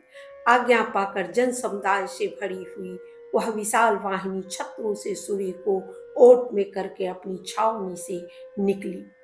उस सेना के सभी श्रेष्ठ वीर श्री रघुनाथ जी के यज्ञ के लिए सुसज्जित हो गरजते तथा युद्ध के लिए उत्साह प्रकट करते हुए बड़े हर्ष में भरकर चले। सभी सैनिक हाथों में धनुष, पास और खड्ग धारण किए सैनिक शिक्षा के अनुसार स्फुट गति से चलते हुए बड़ी तेजी के साथ महाराज श्री राम के पास उपस्थित हुए। वह घोड़ा भी आकाश में उछलता तथा पृथ्वी को अपनी टाप से खोदता हुआ धीरे धीरे यज्ञ चिन्ह से युक्त मंडप के पास पहुंचा। घोड़े को आया देख श्री रामचंद्र जी ने महर्षि वशिष्ठ को समयोचित कार्य कराने के लिए प्रेरित किया। महर्षि वशिष्ठ ने श्री रामचंद्र जी को स्वर्णमयी पत्नी के साथ बुलाकर अनुष्ठान आरंभ कराया। उस यज्ञ में वेद शास्त्रों का विवेचन करने वाले बुद्धिमान महर्षि वशिष्ठ, जो श्री रघुनाथ जी के वंश के आदि गुरु थे, आचार्य हुए। तपोनिधि अगस्त जी ने ब्रह्मा का कार्य संभाला। वाल्मीकि मुनि अर्धवर्यु बनाए गए और कनव द्वारपाल। उस यज्ञ मंडप के 8 द्वार थे, जो तोरण आदि से सुसज्जित होने के कारण बहुत सुंदर दिखाई देते थे। वात्स्यायन जी उनमें से प्रत्येक द्वार पर 2-2 मंत्रवेता ब्राह्मण बिठाए गए थे। पूर्व द्वार पर मुनि श्रेष्ठ देवल और असित थे। दक्षिण द्वार पर तपस्या के भंडार महात्मा कश्यप और अत्रि विराजमान थे। पश्चिम द्वार पर श्रेष्ठ महर्षि जातुकर्ण्य और जाजली की उपस्थित थी तथा उत्तर द्वार पर द्वित और एकत नाम के 2 तपस्वी मुनि विराज रहे थे। ब्राह्मण इस प्रकार द्वार की विधि पूर्ण करके महर्षि वशिष्ठ ने उस यज्ञ संबंधी श्रेष्ठ अश्व का विधिवत पूजन आरंभ किया। फिर सुंदर वस्त्र और आभूषणों से सुशोभित सुवासिनी स्त्रियों ने वहां आकर हल्दी, अक्षत और चंदन आदि के द्वारा उस पूजित अश्व का पुनः पूजन किया तथा अगरू का धूप देकर उसकी आरती उतारी। इस तरह पूजा करने के पश्चात महर्षि वशिष्ठ ने अश्व के उज्ज्वल ललाट पर, जो चंदन से चर्चित कुमकुम आदि गंधों से युक्त तथा सब प्रकार की शोभाओं से संपन्न था, एक चमचमाता हुआ पत्र बांध दिया, जो तपाए हुए सुवर्ण का बना था। उस पत्र पर महर्षि ने दशरथ नंदन श्री रघुनाथ जी के बढ़े हुए बल और प्रताप का इस प्रकार उल्लेख किया। सूर्यवंश की पताका फहराने वाले महाराज दशरथ बहुत बड़े धुरंधर हो गए हैं। वे धनुष की दीक्षा देने वाले गुरुओं के भी गुरु थे। उन्हीं के पुत्र महाभाग श्री रामचंद्र जी इस समय रघुवंश के स्वामी हैं। वे सब सुरमाओं के शिरोमणि तथा बड़े बड़े वीरों के बल संबंधी अभिमान को चूर्ण करने वाले हैं। महाराज श्री रामचंद्र ब्राह्मणों की बताई हुई विधि के अनुसार अश्वमेध यज्ञ प्रारंभ कर रहे हैं। उन्होंने ही यह यज्ञ संबंधी अश्व, जो समस्त अश्वों में श्रेष्ठ तथा सभी वाहनों में प्रधान है, पृथ्वी पर भ्रमण करने के लिए छोड़ा है। श्री राम के ही भाई शत्रुघ्न, जिन्होंने लवणासुर का विनाश किया है, इस अश्व के रक्षक हैं। उनके साथ हाथी, घोड़े और पैदलों की विशाल सेना भी है। जिन राजाओं को अपने बल के घमंड में आकर ऐसा अभिमान होता हो कि हम लोग ही सबसे बढ़कर सूर, धनुर्धर तथा प्रचंड बलवान हैं, वे ही रत्न की मालाओं से विभूषित इस यज्ञ संबंधी अश्व को पकड़ने का साहस करें। वीर शत्रुघ्न उनके हाथ से इस अश्व को हठात छुड़ा लेंगे। इस प्रकार से रामचंद्र जी की भुजाओं के पराक्रम से शोभा पाने वाले उनके प्रखर प्रताप का परिचय देते हुए महामुनि वशिष्ठ जी ने और अनेकों बातें लिखी। इसके बाद अश्व को, जो शोभा का भंडार तथा वायु के समान बल और वेग से युक्त था, छोड़ दिया। उसकी भूलोक तथा पाताल में समान रूप से तीव्र गति थी। तदनंतर शस्त्रधारियों में श्रेष्ठ श्री रामचंद्र जी ने शत्रुघ्न को आज्ञा, सुमित्रानंदन, यह अश्व अपनी इच्छा के अनुसार विचरने वाला है, तुम इसकी रक्षा के लिए पीछे पीछे जाओ। जो योद्धा संग्राम में तुम्हारा सामना करने के लिए आवे, उन्हीं को तुम अपने पराक्रम से रोकना। इस विशाल भूमंडल में विचरते हुए अश्व की तुम अपने विरोचित गुणों से रक्षा करना। जो सोए हों, गिर गए हों, जिनके वस्त्र खुल गए हों और जो अत्यंत भयभीत होकर चरणों में पड़े हों, उनको न मारना। साथ ही जो अपने पराक्रम की झूठी प्रशंसा नहीं करते, उन पुण्यात्माओं पर भी हाथ न उठाना। शत्रुघ्न, यदि तुम रथ पर रहो और तुम्हारे विपक्षी रथहीन हो जाए तो उन्हें न मारना। यदि पुण्य चाहो तो जो शरणागत होकर कहे कि हम आपके ही हैं, उनका भी तुम्हें वध नहीं करना चाहिए। जो योद्धा उन्मत्त मत वाले, सोए हुए, भागे हुए, भय से आतुर हुए तथा मैं आपका ही हूँ ऐसा कहने वाले मनुष्य को मारता है, वह नीच गति को प्राप्त होता है। कभी पराये धन और पराई स्त्री की ओर चित न ले जाना, नीचों का संग न करना, सभी अच्छे गुणों को अपनाए रहना, बड़े बूढ़ों के ऊपर पहले प्रहार न करना, पूजनीय पुरुषों की पूजा का उल्लंघन न हो, इसके लिए सचेष्ट रहना तथा कभी दया भाव का परित्याग न करना, गौ, ब्राह्मण तथा धर्मपरायण वैष्णव को नमस्कार करना। इन्हें मस्तक झुकाकर मनुष्य जहाँ कहीं जाता है, वहीं उसे सफलता प्राप्त होती है। महाबाहो, भगवान श्री विष्णु सबके ईश्वर, साक्षी तथा सर्वत्र व्यापक स्वरूप धारण करने वाले हैं। जो उनके भक्त हैं वे भी उन्हीं के रूप में सर्वत्र विचरते हैं। जो लोग संपूर्ण भूतों के हृदय में स्थित रहने वाले महाविष्णु का स्मरण करते हैं, उन्हें साक्षात महाविष्णु के समान ही समझना चाहिए। जिनके लिए कोई अपना या पराया नहीं है तथा जो अपने साथ शत्रुता रखने वाले को भी मित्र ही मानते हैं, वे वैष्णव एक ही क्षण में पापी को पवित्र कर देते हैं। जिन्हें भागवत प्रिय है तथा जो ब्राह्मणों से प्रेम करते हैं, वे वैकुंठ लोक से इस संसार को पवित्र करने के लिए यहाँ आए हैं। जिनके मुख में भगवान का नाम, हृदय में सनातन श्री विष्णु का ध्यान तथा उदर में उन्हीं का प्रसाद है, वे यदि जाति की चंडाल हो तो भी वैष्णव ही हैं। जिन्हें वेद ही अत्यंत प्रिय हैं, संसार के सुख नहीं, तथा जो निरंतर अपने धर्म का पालन करते रहते हैं, उनसे भेंट होने पर तुम उनके सामने मस्तक झुकाना। जिनकी दृष्टि में शिव और विष्णु में तथा ब्रह्मा और शिव में भी कोई भेद नहीं है, उनके चरणों की पवित्र धूलि मैं अपने शीश चढ़ाता हूँ। वह समस्त पापों का विनाश करने वाली है। गौरी, गंगा तथा महालक्ष्मी, इन तीनों में जो भेद नहीं समझते, उन सभी मनुष्यों को स्वर्गलोक में भूमि पर आए हुए देवता समझना चाहिए।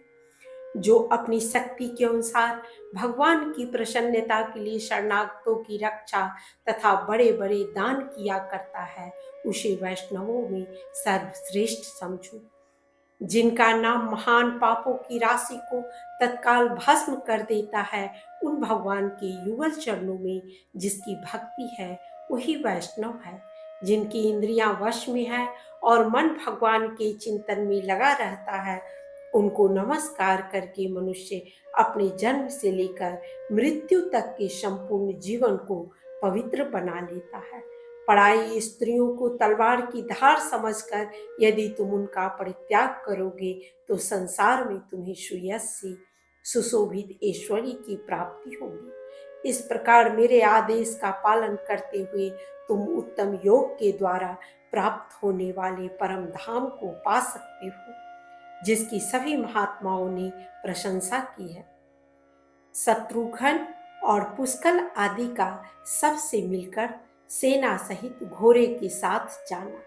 राजा सुमंत की कथा तथा सुमंत के द्वारा शत्रुघ्न का सत्कार। शेष जी कहते हैं, मुनि, शत्रुघ्न को इस प्रकार आदेश देकर भगवान श्री राम ने अन्य योद्धाओं की ओर देखते हुए पुनः मधुर वाणी में कहा, वीरों, मेरे भाई शत्रुघ्न घोड़े की रक्षा के लिए जा रहे हैं।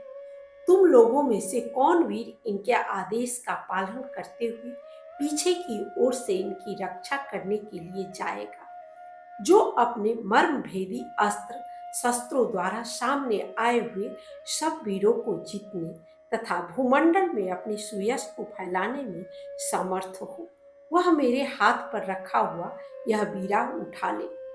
श्री रघुनाथ जी के ऐसा कहने पर भरत कुमार पुष्कल ने आगे बढ़कर उनके कर कमल से वह वीरा उठा लिया और कहा, स्वामी, मैं जाता हूँ। मैं ही कवच आदि के द्वारा सब ओर से सुरक्षित हो तलवार आदि शस्त्र तथा धनुष बाण धारण करके अपने चाचा शत्रुघ्न के पृष्ठभाग की रक्षा करूंगा। इस समय आपका प्रताप ही समूची पृथ्वी पर विजय प्राप्त करेगा। ये सब लोग तो केवल निमित्त मात्र हैं। यदि देवता, असुर और मनुष्यों सहित सारी त्रिलोकी युद्ध के लिए उपस्थित हो जाए तो उसे भी मैं आपकी कृपा से रोकने में समर्थ हो सकता हूँ। ये सब बातें कहने की आवश्यकता नहीं है। मेरा पराक्रम देखकर प्रभु को स्वयं ही सब कुछ ज्ञात हो जाएगा। ऐसा कहते हुए भरत कुमार की बातें सुनकर भगवान श्री राम ने उनकी प्रशंसा की तथा साधु साधु कहकर उनके कथन का अनुमोदन किया। इसके बाद वानर वीरों में प्रधान हनुमान जी आदि सब लोगों से कहा, महावीर हनुमान, मेरी बात ध्यान देकर सुनो। मैंने तुम्हारे ही प्रसाद से यह अकंटक राज्य पाया है। हम लोगों ने मनुष्य होकर भी जो समुद्र को पार किया तथा सीता के साथ जो मेरा मिलाप हुआ, यह सब कुछ मैं तुम्हारे ही बल का प्रभाव समझता हूँ। मेरी आज्ञा से तुम भी सेना के रक्षक होकर जाओ। मेरे भाई शत्रुघ्न की मेरी ही भांति तुम्हें रक्षा करनी चाहिए। महामते, जहाँ जहाँ भाई शत्रुघ्न की बुद्धि विचलित हो, वहाँ वहाँ तुम इन्हें समझा बुझाकर कर्तव्य का ज्ञान कराना। परम बुद्धिमान श्री रामचंद्र जी का यह श्रेष्ठ वचन सुनकर हनुमान जी ने उनकी आज्ञा सिरोधार्य की और जाने के लिए तैयार होकर प्रणाम किया। तब महाराज ने जामवान को भी साथ जाने का आदेश दिया और कहा, अंगद, गव्य, मयंद, दधिमुख, वानरराज सुग्रीव, सतबली, अच्छे, नील, नल, मनोवेग तथा अधिकंता आदि सभी वानर सेना के साथ जाने को तैयार हो जाए। सब लोग रथों तथा सुवर्णमय आभूषणों से विभूषित अच्छे अच्छे घोड़ों पर सवार हो वक्तर और टोप से सज धज कर शीघ्र यहाँ से यात्रा करें। शेष जी कहते हैं, तत्पश्चात बल और पराक्रम से शोभा पाने वाले श्री रामचंद्र जी ने अपने उत्तम मंत्री सुमंत्र को बुलाकर कहा, मंत्रीवर, बताओ इस कार्य में और किन किन लोगों को नियुक्त करना चाहिए? कौन कौन मनुष्य अश्व की रक्षा करने में समर्थ है? उनका प्रश्न सुनकर सुमंत बोले, श्री रघुनाथ जी, सुनिए। आपके यहाँ संपूर्ण शस्त्र और अस्त्र के ज्ञान में निपुण महान विद्वान धनुर्धर तथा अच्छी प्रकार बाणों का संधान करने वाले अनेकों वीर उपस्थित हैं। उनके नाम ये है, प्रतापाप्राज्ञ, नीलरत्न, लक्ष्मी निधि, ऋतुताप, उग्राशव और शस्त्रवीर। ये सभी बढ़े चढ़े राजा चतुरंगिनी सेना के साथ कवच आदि से सुसज्जित होकर जाए और आपके घोड़ों की रक्षा करते हुए शत्रुघ्न जी की आज्ञा सिरोधार्य करे। मंत्री की यह बात सुनकर श्री रामचंद्र जी को बड़ा हर्ष हुआ और उन्होंने उनके बताए हुए सभी योद्धाओं को जाने के लिए आदेश दिया। श्री रघुनाथ जी की आज्ञा पाकर उन्हें बड़ी प्रसन्नता हुई, क्योंकि वे बहुत दिनों से युद्ध की इच्छा रखते थे और रण में उन्मत्त होकर लड़ने वाले थे।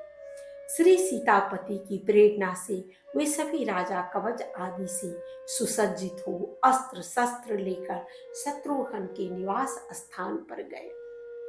तदनंतर ऋषि की आज्ञा पाकर श्री रामचंद्र जी ने आचार्य आदि सभी ऋतुजु महर्षियों को शास्त्रोक्त उत्तम दक्षिणाएं देकर उनका विधिवत पूजन किया। उस समय श्री रघुनाथ जी के यज्ञ में सब ओर यही बात सुनाई देती थी, देते जाओ, खूब धन लुटाओ, किसी से नहीं मत कहो, साथ ही समस्त भोग सामग्रियों से युक्त अन्न का दान करो। इस प्रकार वह यज्ञ चल रहा था। उसमें दक्षिणा पाए हुए श्रेष्ठ ब्राह्मणों की भरमार थी। वहां सभी तरह के शुभ कर्मों का अनुष्ठान हो रहा था।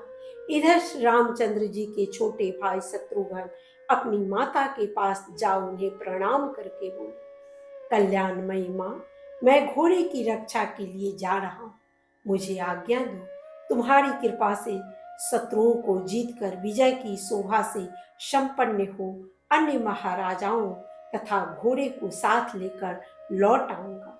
माता बोली, बेटा जाओ, महावीर तुम्हारा मार्ग मंगलमय हो। सुमते, तुम अपने समस्त शत्रुओं को जीतकर फिर यहाँ लौट आओ। तुम्हारा भतीजा पुष्कल धर्मज्ञों में श्रेष्ठ है, उसकी रक्षा करना। बेटा, तुम पुष्कल के साथ सकुशल लौट कर आओगे तभी मुझे अधिक प्रसन्नता होगी। अपनी माता की ऐसी बात सुनकर शत्रुघ्न ने उत्तर दिया, माँ, मैं अपने शरीर की भांति पुष्कल की रक्षा करूंगा तथा जैसा मेरा नाम है उसके अनुसार शत्रुओं का नाश करके प्रसन्नता पूर्वक लौटूंगा। तुम्हारे इस युगल चरणों का स्मरण करके मैं कल्याण का ही भागी होऊंगा। ऐसा कहकर वीर शत्रुघ्न वहां से चल दिए तथा यज्ञ मंडप से छोड़ा हुआ वह यज्ञ का अश्व अस्त्र शस्त्रों की विद्या में प्रवीण संपूर्ण योद्धाओं द्वारा चारों ओर से घिरकर सबसे पहले पूरब दिशा की ओर गया। उसका वेग वायु के समान था। जब वे चलने को उद्यत हुए तो उनकी दाहिनी बांह फरक उठी और उन्हें कल्याण तथा विजय की सूचना देने लगी। उधर पुष्कल अपनी सुंदर एवं समृद्धशाली महल में गए और वहां अपनी पतिव्रता पत्नी से मिले, जो स्वामी के दर्शन के लिए उत्कंठित थी और उन्हें देखकर हर्ष में भर गई थी। उससे मिलकर पुष्कल ने कहा, भद्रे, मैं चाचा शत्रुघ्न का पृष्ठपोषक होकर रथ पर सवार हो यज्ञ के घोड़े की रक्षा के लिए जा रहा हूँ। इस कार्य के लिए मुझे श्री रघुनाथ जी की आज्ञा मिल चुकी है। तुम यहाँ रहकर मेरी समस्त माताओं का सत्कार करना तथा चरण दबाना आदि सभी प्रकार की सेवाएं करना, उनके प्रत्येक कार्य में उनकी आज्ञा का पालन करने में आदर एवं उत्साह के साथ प्रवृत्त होना। यहाँ लोपामुद्रा आदि जितनी पतिव्रता देवियां आई हुई है वे सभी अपने तपोबल से सुशोभित एवं कल्याणमयी है। तुम्हारे द्वारा उनमें से किसी का अपमान न हो जाए, इसके लिए सदा सावधान रहना। शेष जी कहते हैं, पुष्कल जब इस प्रकार उपदेश दे चुके तो उनकी पतिव्रता पत्नी कांतिमती ने पति की ओर प्रेम पूर्ण दृष्टि से देखा तथा अत्यंत विश्वस्त होकर मंद मंद मुस्कुराती हुई वह गदगद वाणी में बोली, नाथ, संग्राम में आपकी सर्वत्र विजय हो। आपको चाचा शत्रुघ्न जी की आज्ञा का सर्वथा पालन करना चाहिए तथा जिस प्रकार भी घोड़े की रक्षा हो उसके लिए सचेष्ट रहना चाहिए। स्वामी, आप शत्रुओं पर विजय प्राप्त करके अपने श्रेष्ठ कुल की शोभा बढ़ाइए। महाबाहो, जाइए, इस यात्रा में आपका कल्याण हो। यह है आपका शुभ धनुष जो उत्तम गुण से सुशोभित है। इसे शीघ्र ही हाथ में लीजिए। इसकी टंकार सुनकर आपके शत्रुओं का दल भय से व्याकुल हो उठेगा। वीर, ये आपके दोनों तरकस हैं, इन्हें बांध लीजिए जिससे युद्ध में आपको सुख मिले। इसमें वैरियों को टुकड़े टुकड़े काट डालने वाले अनेक बाण भरे हैं। प्राणनाथ, कामदेव के समान सुंदर अपने शरीर पर यह सुदृढ़ कवच धारण कीजिए जो विद्युत की प्रभा के समान अपने महान प्रकाश से अंधकार को दूर किए देता है। प्रियतम, अपने मस्तक पर यह मुकुट भी पहन लीजिए जो मन को लुभाने वाला है। साथ ही मणियों और रत्नों से विभूषित ये दो उज्जवल कुंडल हैं, इन्हें कानों में धारण कीजिए। पुष्कल ने कहा, प्रिय, तुम जैसा कहती हो वह सब मैं करूंगा। वीर पत्नी कांतिमती, तुम्हारी इच्छा के अनुसार मेरी उत्तम कृति का विस्तार होगा। ऐसा कहकर पराक्रमी वीर पुष्कल ने कांतिमती के दिए हुए कवच, सुंदर मुकुट, धनुष और विशाल तरकस, इन सभी वस्तुओं को ले लिया। उन सब को धारण करके वे विरोचित शोभा से संपन्न दिखाई देने लगे। उस समय संपूर्ण अस्त्र शस्त्रों के ज्ञान में प्रवीण उत्तम योद्धा पुष्कल की शोभा बहुत बढ़ गई। पतिव्रता कांतिमती ने अस्त्र शस्त्रों से शोभायमान अपने पति को वीरमाला से विभूषित किया तथा कुमकुम, अगरू, कस्तूरी और चंदन आदि से उनकी पूजा करके अनेकों फूलों के हार पहनाए जो घुटने तक लटक कर पुष्कल की कांति बढ़ा रहे थे। पूजन के पश्चात उस सती ने बारंबार पति की आरती उतारी। उसके बाद पुष्कल बोले, भामिनी, अब मैं तुम्हारे सामने ही यात्रा करता हूँ। पत्नी से ऐसा कहकर वे सुंदर रथ पर आरूढ़ हुए और अपने पिता भरत और स्नेह विह्वला माता मांडवी का दर्शन करने के लिए गए। वहां जाकर उन्होंने बड़ी प्रसन्नता के साथ पिता और माता के चरणों में मस्तक झुकाया। फिर पिता और माता की आज्ञा लेकर वे पुलकित शरीर से शत्रुघ्न की सेना में गए जो बड़े बड़े वीरों से सुशोभित थे। तदनंतर शत्रुघ्न श्री रघुनाथ जी के महायज्ञ संबंधी घोड़े को आगे करके अनेकों रथियों, पैदल चलने वाले सूरवीरों, अच्छे अच्छे घोड़ों और सवारों से घिरकर बड़ी प्रसन्नता के साथ आगे बढ़े। वे घोड़े के साथ साथ पांचाल, कुरु, उत्तर कुरु और दशार्ण आदि देशों में जो संपत्ति में बहुत बढ़े चढ़े थे भ्रमण करते रहे। शत्रुघ्न जी सब प्रकार की शोभा से संपन्न थे। उन्हें उन सभी देशों में श्री रामचंद्र जी के संपूर्ण सुयश की कथा सुनाई पड़ती थी। लोग कहते थे, श्री रघुनाथ जी ने रावण नामक असुर को मारकर अपने भक्त जनों की रक्षा की है। अब पुनः अश्वमेध आदि पवित्र कार्यों का अनुष्ठान आरंभ करके भगवान श्री राम त्रिभुवन में अपने सुयश का विस्तार करते हुए संपूर्ण लोकों की भय से रक्षा करेंगे। इस तरह भगवान का यशोगान करने वाले लोगों पर संतुष्ट होकर पुरुष श्रेष्ठ शत्रुघ्न जी उन्हें पुरस्कार के रूप में सुंदर हार, नाना प्रकार के रत्न और बहुमूल्य वस्त्र देते थे। श्री रघुनाथ जी के एक सचिव थे जिनका नाम था सुमति। वे संपूर्ण विद्याओं में प्रवीण और तेजस्वी थे। वे भी शत्रुघ्न जी के अनुगामी होकर आए थे। महाधीर शत्रुघ्न उनके साथ अनेकों गांवों और जनपदों में गए, किंतु श्री रघुनाथ जी के प्रताप से कोई भी उस घोड़े का अपहरण न कर सका।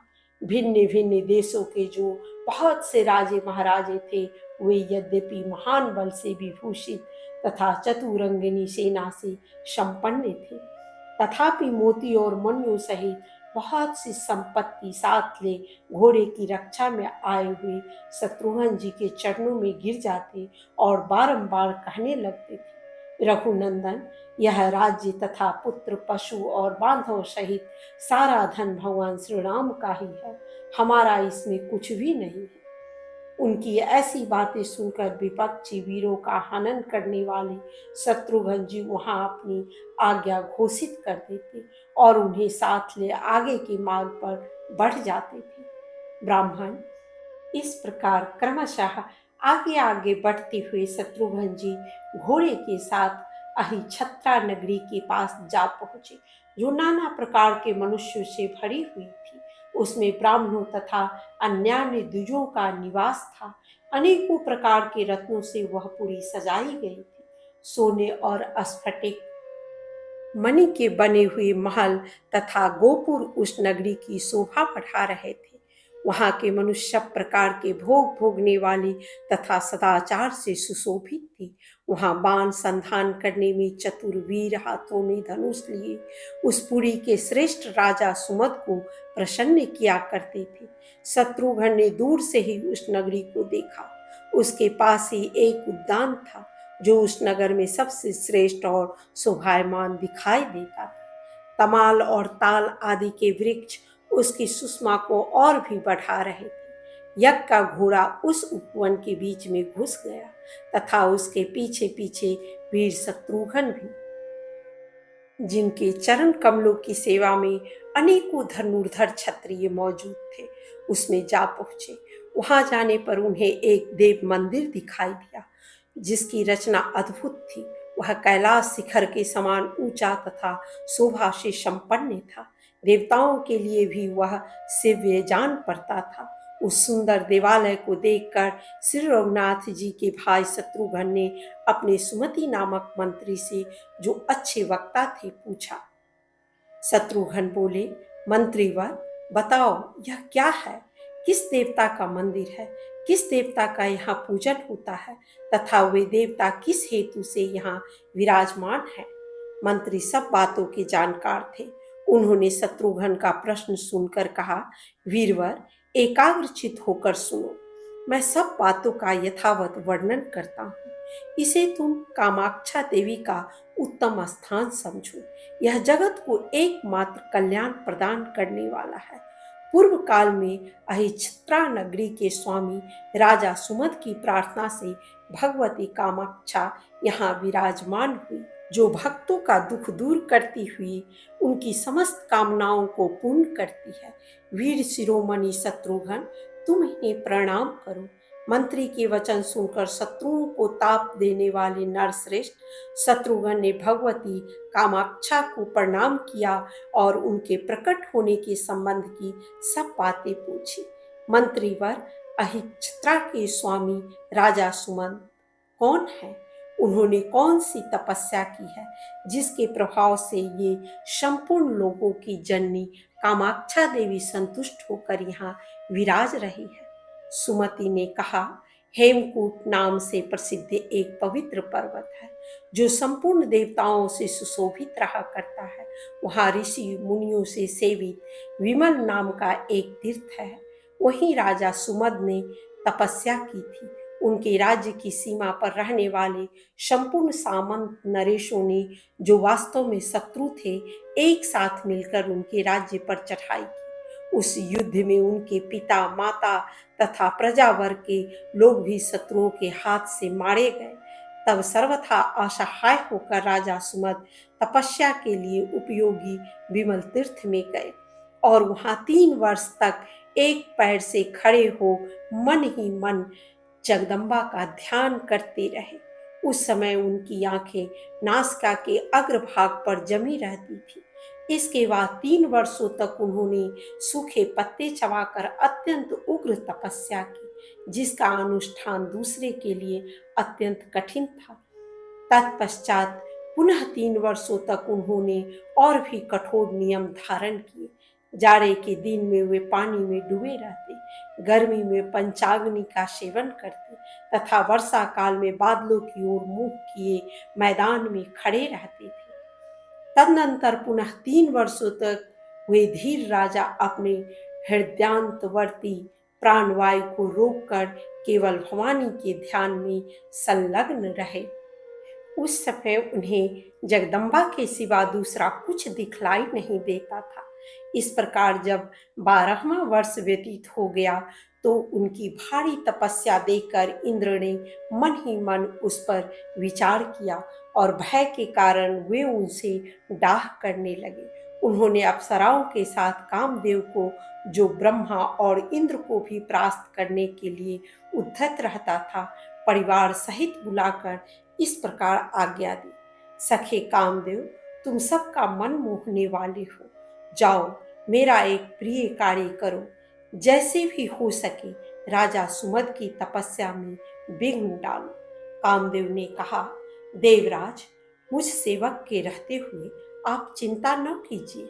आर्य, मैं अभी सुमद के पास जाता हूँ। आप देवताओं की रक्षा कीजिए। ऐसा कहकर कामदेव अपने सखा वसंत तथा अप्सराओं के समूह को साथ लेकर हेमकूट पर्वत पर गया। वसंत ने जाते ही वहां के सारे वृक्षों को फल और फूलों से सुशोभित कर दिया। उनकी डालियों पर कोयल कूकने तथा भ्रमर गुंजार करने लगे। दक्षिण दिशा की ओर से ठंडी ठंडी हवा चलने लगी, जिसमें कृतमाला नदी के तीर पर खिले हुए लवंग कुसुमों की सुगंध आ रही थी। इस प्रकार जब समूचे वन में वसंत की शोभा छा गई, तो अप्सराओं में श्रेष्ठ रंभा अपनी सखियों से घिरकर सुमद के पास गई। रंभा का स्वर किन्नरों के समान मनोहर था। वह मृदंग और पनौ आदि नाना प्रकार के बाजे बजाने में भी निपुण थी। राजा के समीप पहुंचकर उसने गाना आरंभ कर दिया। महाराज सुमद ने जब वह मधुर गान सुना, वसंत की मनोहारिणी छटा देखी तथा मन को लुभाने वाली कोयल की मीठी तान सुनी, तो चारों ओर दृष्टि दौड़ाई। फिर सारा रहस्य उनकी समझ में आ गया। राजा को ध्यान से जगा देख फूलों का धनुष धारण करने वाले कामदेव ने बड़ी फुर्ती दिखाई। उसने उनके पीछे की ओर खड़ा होकर तत्काल अपना धनुष चढ़ा लिया। इतने ही में एक अप्सरा अपने नेत्र पल्लवों को नचाती हुई राजा के दोनों चरण दबाने लगी। दूसरी सामने खड़ी होकर कटाक्षपात करने लगी तथा तीसरी शरीर की श्रृंगार जनित चेष्टाएं प्रदर्शित करने लगी। इस प्रकार अप्सराओं से घिरकर जितेंद्रियों के शिरोमणि बुद्धिमान राजा सुमद यो चिंता करने लगे, ये सुंदरी अप्सराएं मेरी तपस्या में विघ्न डालने के लिए यहाँ आई है। इन्हें इंद्र ने भेजा है। ये सब की सब उनकी आज्ञा के अनुसार ही कार्य करेंगी। इस प्रकार चिंता से आकुल होकर धीर चित मेधावी तथा वीर राजा सुमद ने अपने हृदय में अच्छी तरह विचार किया। इसके बाद वे देवांगनाओं से बोले, देवियों, आप लोग मेरे हृदय मंदिर में विराजमान जगदम्बा की स्वरूप है। आप लोगों ने जिस स्वर्गीय सुख की चर्चा की है, वह अत्यंत तुच्छ और अनिश्चित है। मैं भक्ति भाव से जिनकी आराधना में लगा हूँ, वे मेरी स्वामी जगदम्बा मुझे उत्तम वरदान देंगी। जिनकी कृपा से सत्य लोक को पाकर ब्रह्मा जी महान बने हैं, वे ही मुझे सब कुछ देंगी, क्योंकि वे भक्तों का दुख दूर करने वाली है। भगवती की कृपा के सामने नंदनवन अथवा सुवर्ण मंडित मेरुगिरी क्या है, और वह सुधा भी किस गिनती में है, जो थोड़े से पुण्य के द्वारा प्राप्त होने वाली और दानवों को दुख में डालने वाली है। राजा का यह वचन सुनकर कामदेव ने उन पर अनेकों बाणों का प्रहार किया, किंतु वह उनकी कुछ भी हानि न कर सका। वे सुंदरी अप्सराएं अपने कुटिल कटाक्ष, नुपुरों की झनकार, आलिंगन तथा चितवन आदि के द्वारा उनके मन को मोह में न डाल सकी। अंत में निराश होकर जैसे आई थी वैसे ही लौट गई और इंद्र से बोली, राजा सुमुद की बुद्धि स्थिर है, उन पर हमारा जादू नहीं चल सकता। अपने प्रयत्न के व्यर्थ होने की बात सुनकर इंद्र डर गए। इधर जगदम्बा ने महाराज सुमद को जितेंद्रिय तथा अपने चरण कमलों के ध्यान में दृढ़ता पूर्वक स्थित देख उन्हें प्रत्यक्ष दर्शन दिया। उनकी कांति करोड़ों सूर्यों के समान थी। वे अपनी चार भुजाओं में धनुष, बाण, अंकुश और पाश धारण किए हुए थी। माता का दर्शन पाकर बुद्धिमान राजा को बड़ी प्रसन्नता हुई। उन्होंने बारंबार मस्तक झुकाकर भक्ति भावना से प्रकट हुई माता दुर्गा को प्रणाम किया। वे बारंबार राजा के शरीर पर अपने कोमल हाथ फेरती हुई हंस रही थी। महामती राजा सुमद के शरीर में रोमांच हो आया। उनके अंतःकरण की वृत्ति भक्ति भाव से उत्कंठित हो गई और वे गदगद स्वर से माता की इस प्रकार स्तुति करने लगे, देवी आपकी जय हो। महादेवी, भक्त जन सदा आपकी ही सेवा करते हैं। ब्रह्मा और इंद्र आदि समस्त देवता आपके युगल चरणों की आराधना में लगे रहते हैं। आप पाप के स्पर्श से रहित हैं। आप ही के प्रताप से अग्निदेव प्राणियों के भीतर और बाहर स्थित होकर सारे जगत का कल्याण करते हैं। महादेवी, देवता और असुर सभी आपके चरणों में नतमस्तक होते हैं। आप ही विद्या तथा आप ही भगवान विष्णु की महामाया है। एकमात्र आप ही इस जगत को पवित्र करने वाली है। आप ही अपनी शक्ति से इस संसार की सृष्टि और पालन करती हैं। जगत के जीवों को मोह में डालने वाली भी आप ही हैं। सब देवता आप ही से सिद्धि पाकर सुखी होते हैं। माता, आप दया की स्वामिनी, सबकी वंदनीय तथा भक्तों पर स्नेह रखने वाली है। मेरा पालन कीजिए। मैं आपके चरण कमलों का सेवक हूँ। मेरी रक्षा कीजिए। सुमति ने कहा। इस प्रकार की हुई स्तुति से संतुष्ट होकर जगन माता कामाक्षा अपने भक्त सुमत से, जिनका शरीर तपस्या के कारण दुर्बल हो रहा था, बोली, बेटा, कोई उत्तम वर मांगो।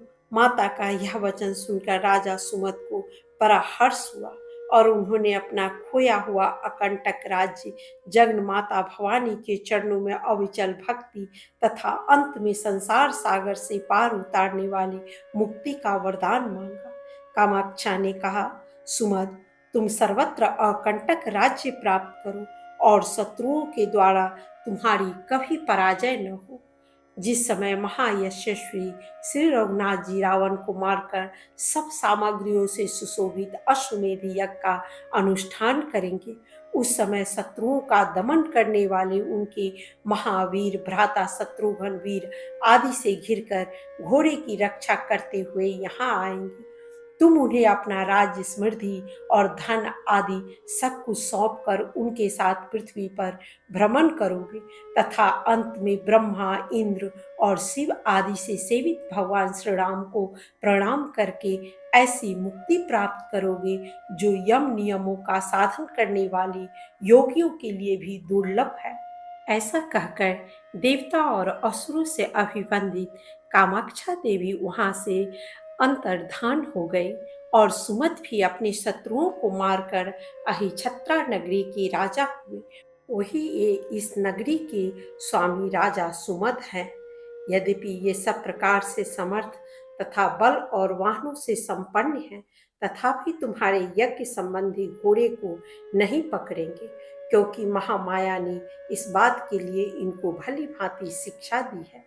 शेष जी कहते हैं, सुमति के मुख से राजा सुमत का यह वृतांत सुनकर महान यशस्वी, बुद्धिमान और बलवान शत्रुघ्न जी बड़े प्रसन्न हुए तथा साधु साधु कहकर उन्होंने अपना हर्ष प्रकट किया। उधर अहिछत्रा के स्वामी अपने सेवक गणों से घिरकर सुखपूर्वक राजसभा में विराजमान थे। वेद वेता ब्राह्मण तथा धन धान्य से संपन्न वैश्य भी उनके पास बैठे थे। इससे उनकी बड़ी शोभा हो रही थी। इसी समय किसी ने आकर राजा से कहा, स्वामी, न जाने किसका घोड़ा नगर के पास आया है, जिसके ललाट में पत्र बंधा हुआ है। यह सुनकर राजा ने तुरंत ही एक अच्छे सेवकों को भेजा और कहा, जाकर पता लगाओ किस राजा का घोड़ा मेरे नगर के निकट आया है। सेवक ने जाकर सब बात का पता लगाया और महान क्षत्रियों से सेवित राजा सुमत के पास आरंभ से ही सारा वृतांत कह सुनाया। श्री रघुनाथ जी का घोड़ा है। यह सुनकर बुद्धिमान राजा को चिरकाल की पुरानी बात का स्मरण हो आया और उन्होंने सब लोगों को आज्ञा दी, धन धान्य से संपन्न जो मेरे आत्मीय जन हैं, वे सब लोग अपने अपने घरों पर तोरण आदि मांगलिक वस्तुओं की रचना करें। इन सब बातों के लिए आज्ञा देकर स्वयं राजा सुमत अपने पुत्र, पौत्र और रानी आदि समस्त परिवार को साथ लेकर शत्रुघ्न के पास गए। शत्रुघ्न ने पुष्कल आदि योद्धाओं तथा मंत्रियों के साथ देखा, वीर राजा सुमत आ रहे हैं। राजा ने आकर बड़ी प्रसन्नता के साथ शत्रुघ्न को प्रणाम किया और कहा, प्रभु, आज मैं धन्य और कृतार्थ हो गया। आपने यहाँ दर्शन देकर मेरा बड़ा सत्कार किया। मैं चिरकाल से इस अश्व के आगमन की प्रतीक्षा कर रहा था। माता कामाक्षा देवी ने पूर्व काल में जिस बात के लिए मुझसे कहा था, वह आज और इस समय पूरी हुई है। श्री राम के छोटे भाई महाराज शत्रुघ्न जी, अब चलकर मेरी नगरी को देखिए, यहाँ के मनुष्यों को कृतार्थ कीजिए तथा मेरे समस्त कुल को पवित्र बनाइए। ऐसा कहकर राजा ने चंद्रमा के समान कांति वाले श्वेत गजराज पर शत्रुघ्न और महावीर पुष्कल को चढ़ाया तथा पीछे स्वयं भी सवार हुए। फिर महाराज सुमत की आज्ञा से भेरी और पनव आदि बाजे बजने लगे, वीणा आदि की मधुर ध्वनि होने लगी तथा इन समस्त वादों की तुमुल ध्वनि चारों ओर व्याप्त हो गई। धीरे धीरे नगर में आकर सब लोगों ने शत्रुघ्न जी का अभिनंदन किया, उनकी वृद्धि के लिए शुभकामना प्रकट की तथा वे वीरों से सुशोभित हो अपने अश्वरत्न को साथ लिए राजा मंदिर में उतरे। उस समय सारा राजभवन तोरण आदि से सजाया गया था तथा स्वयं राजा सुमद शत्रुघ्न जी को आगे करके चल रहे थे। महल में पहुंचकर उन्होंने प्रसन्नता पूर्वक अर्घ्य आदि के द्वारा शत्रुघ्न जी का पूजन किया और अपना सब कुछ भगवान श्री राम की सेवा में अर्पण कर दिया। आज का ये एपिसोड यहीं समाप्त करते हैं। मिलते हैं फिर अगले एपिसोड में। महादेव की कृपा आप सबों पर बनी रहे। हर हर महादेव।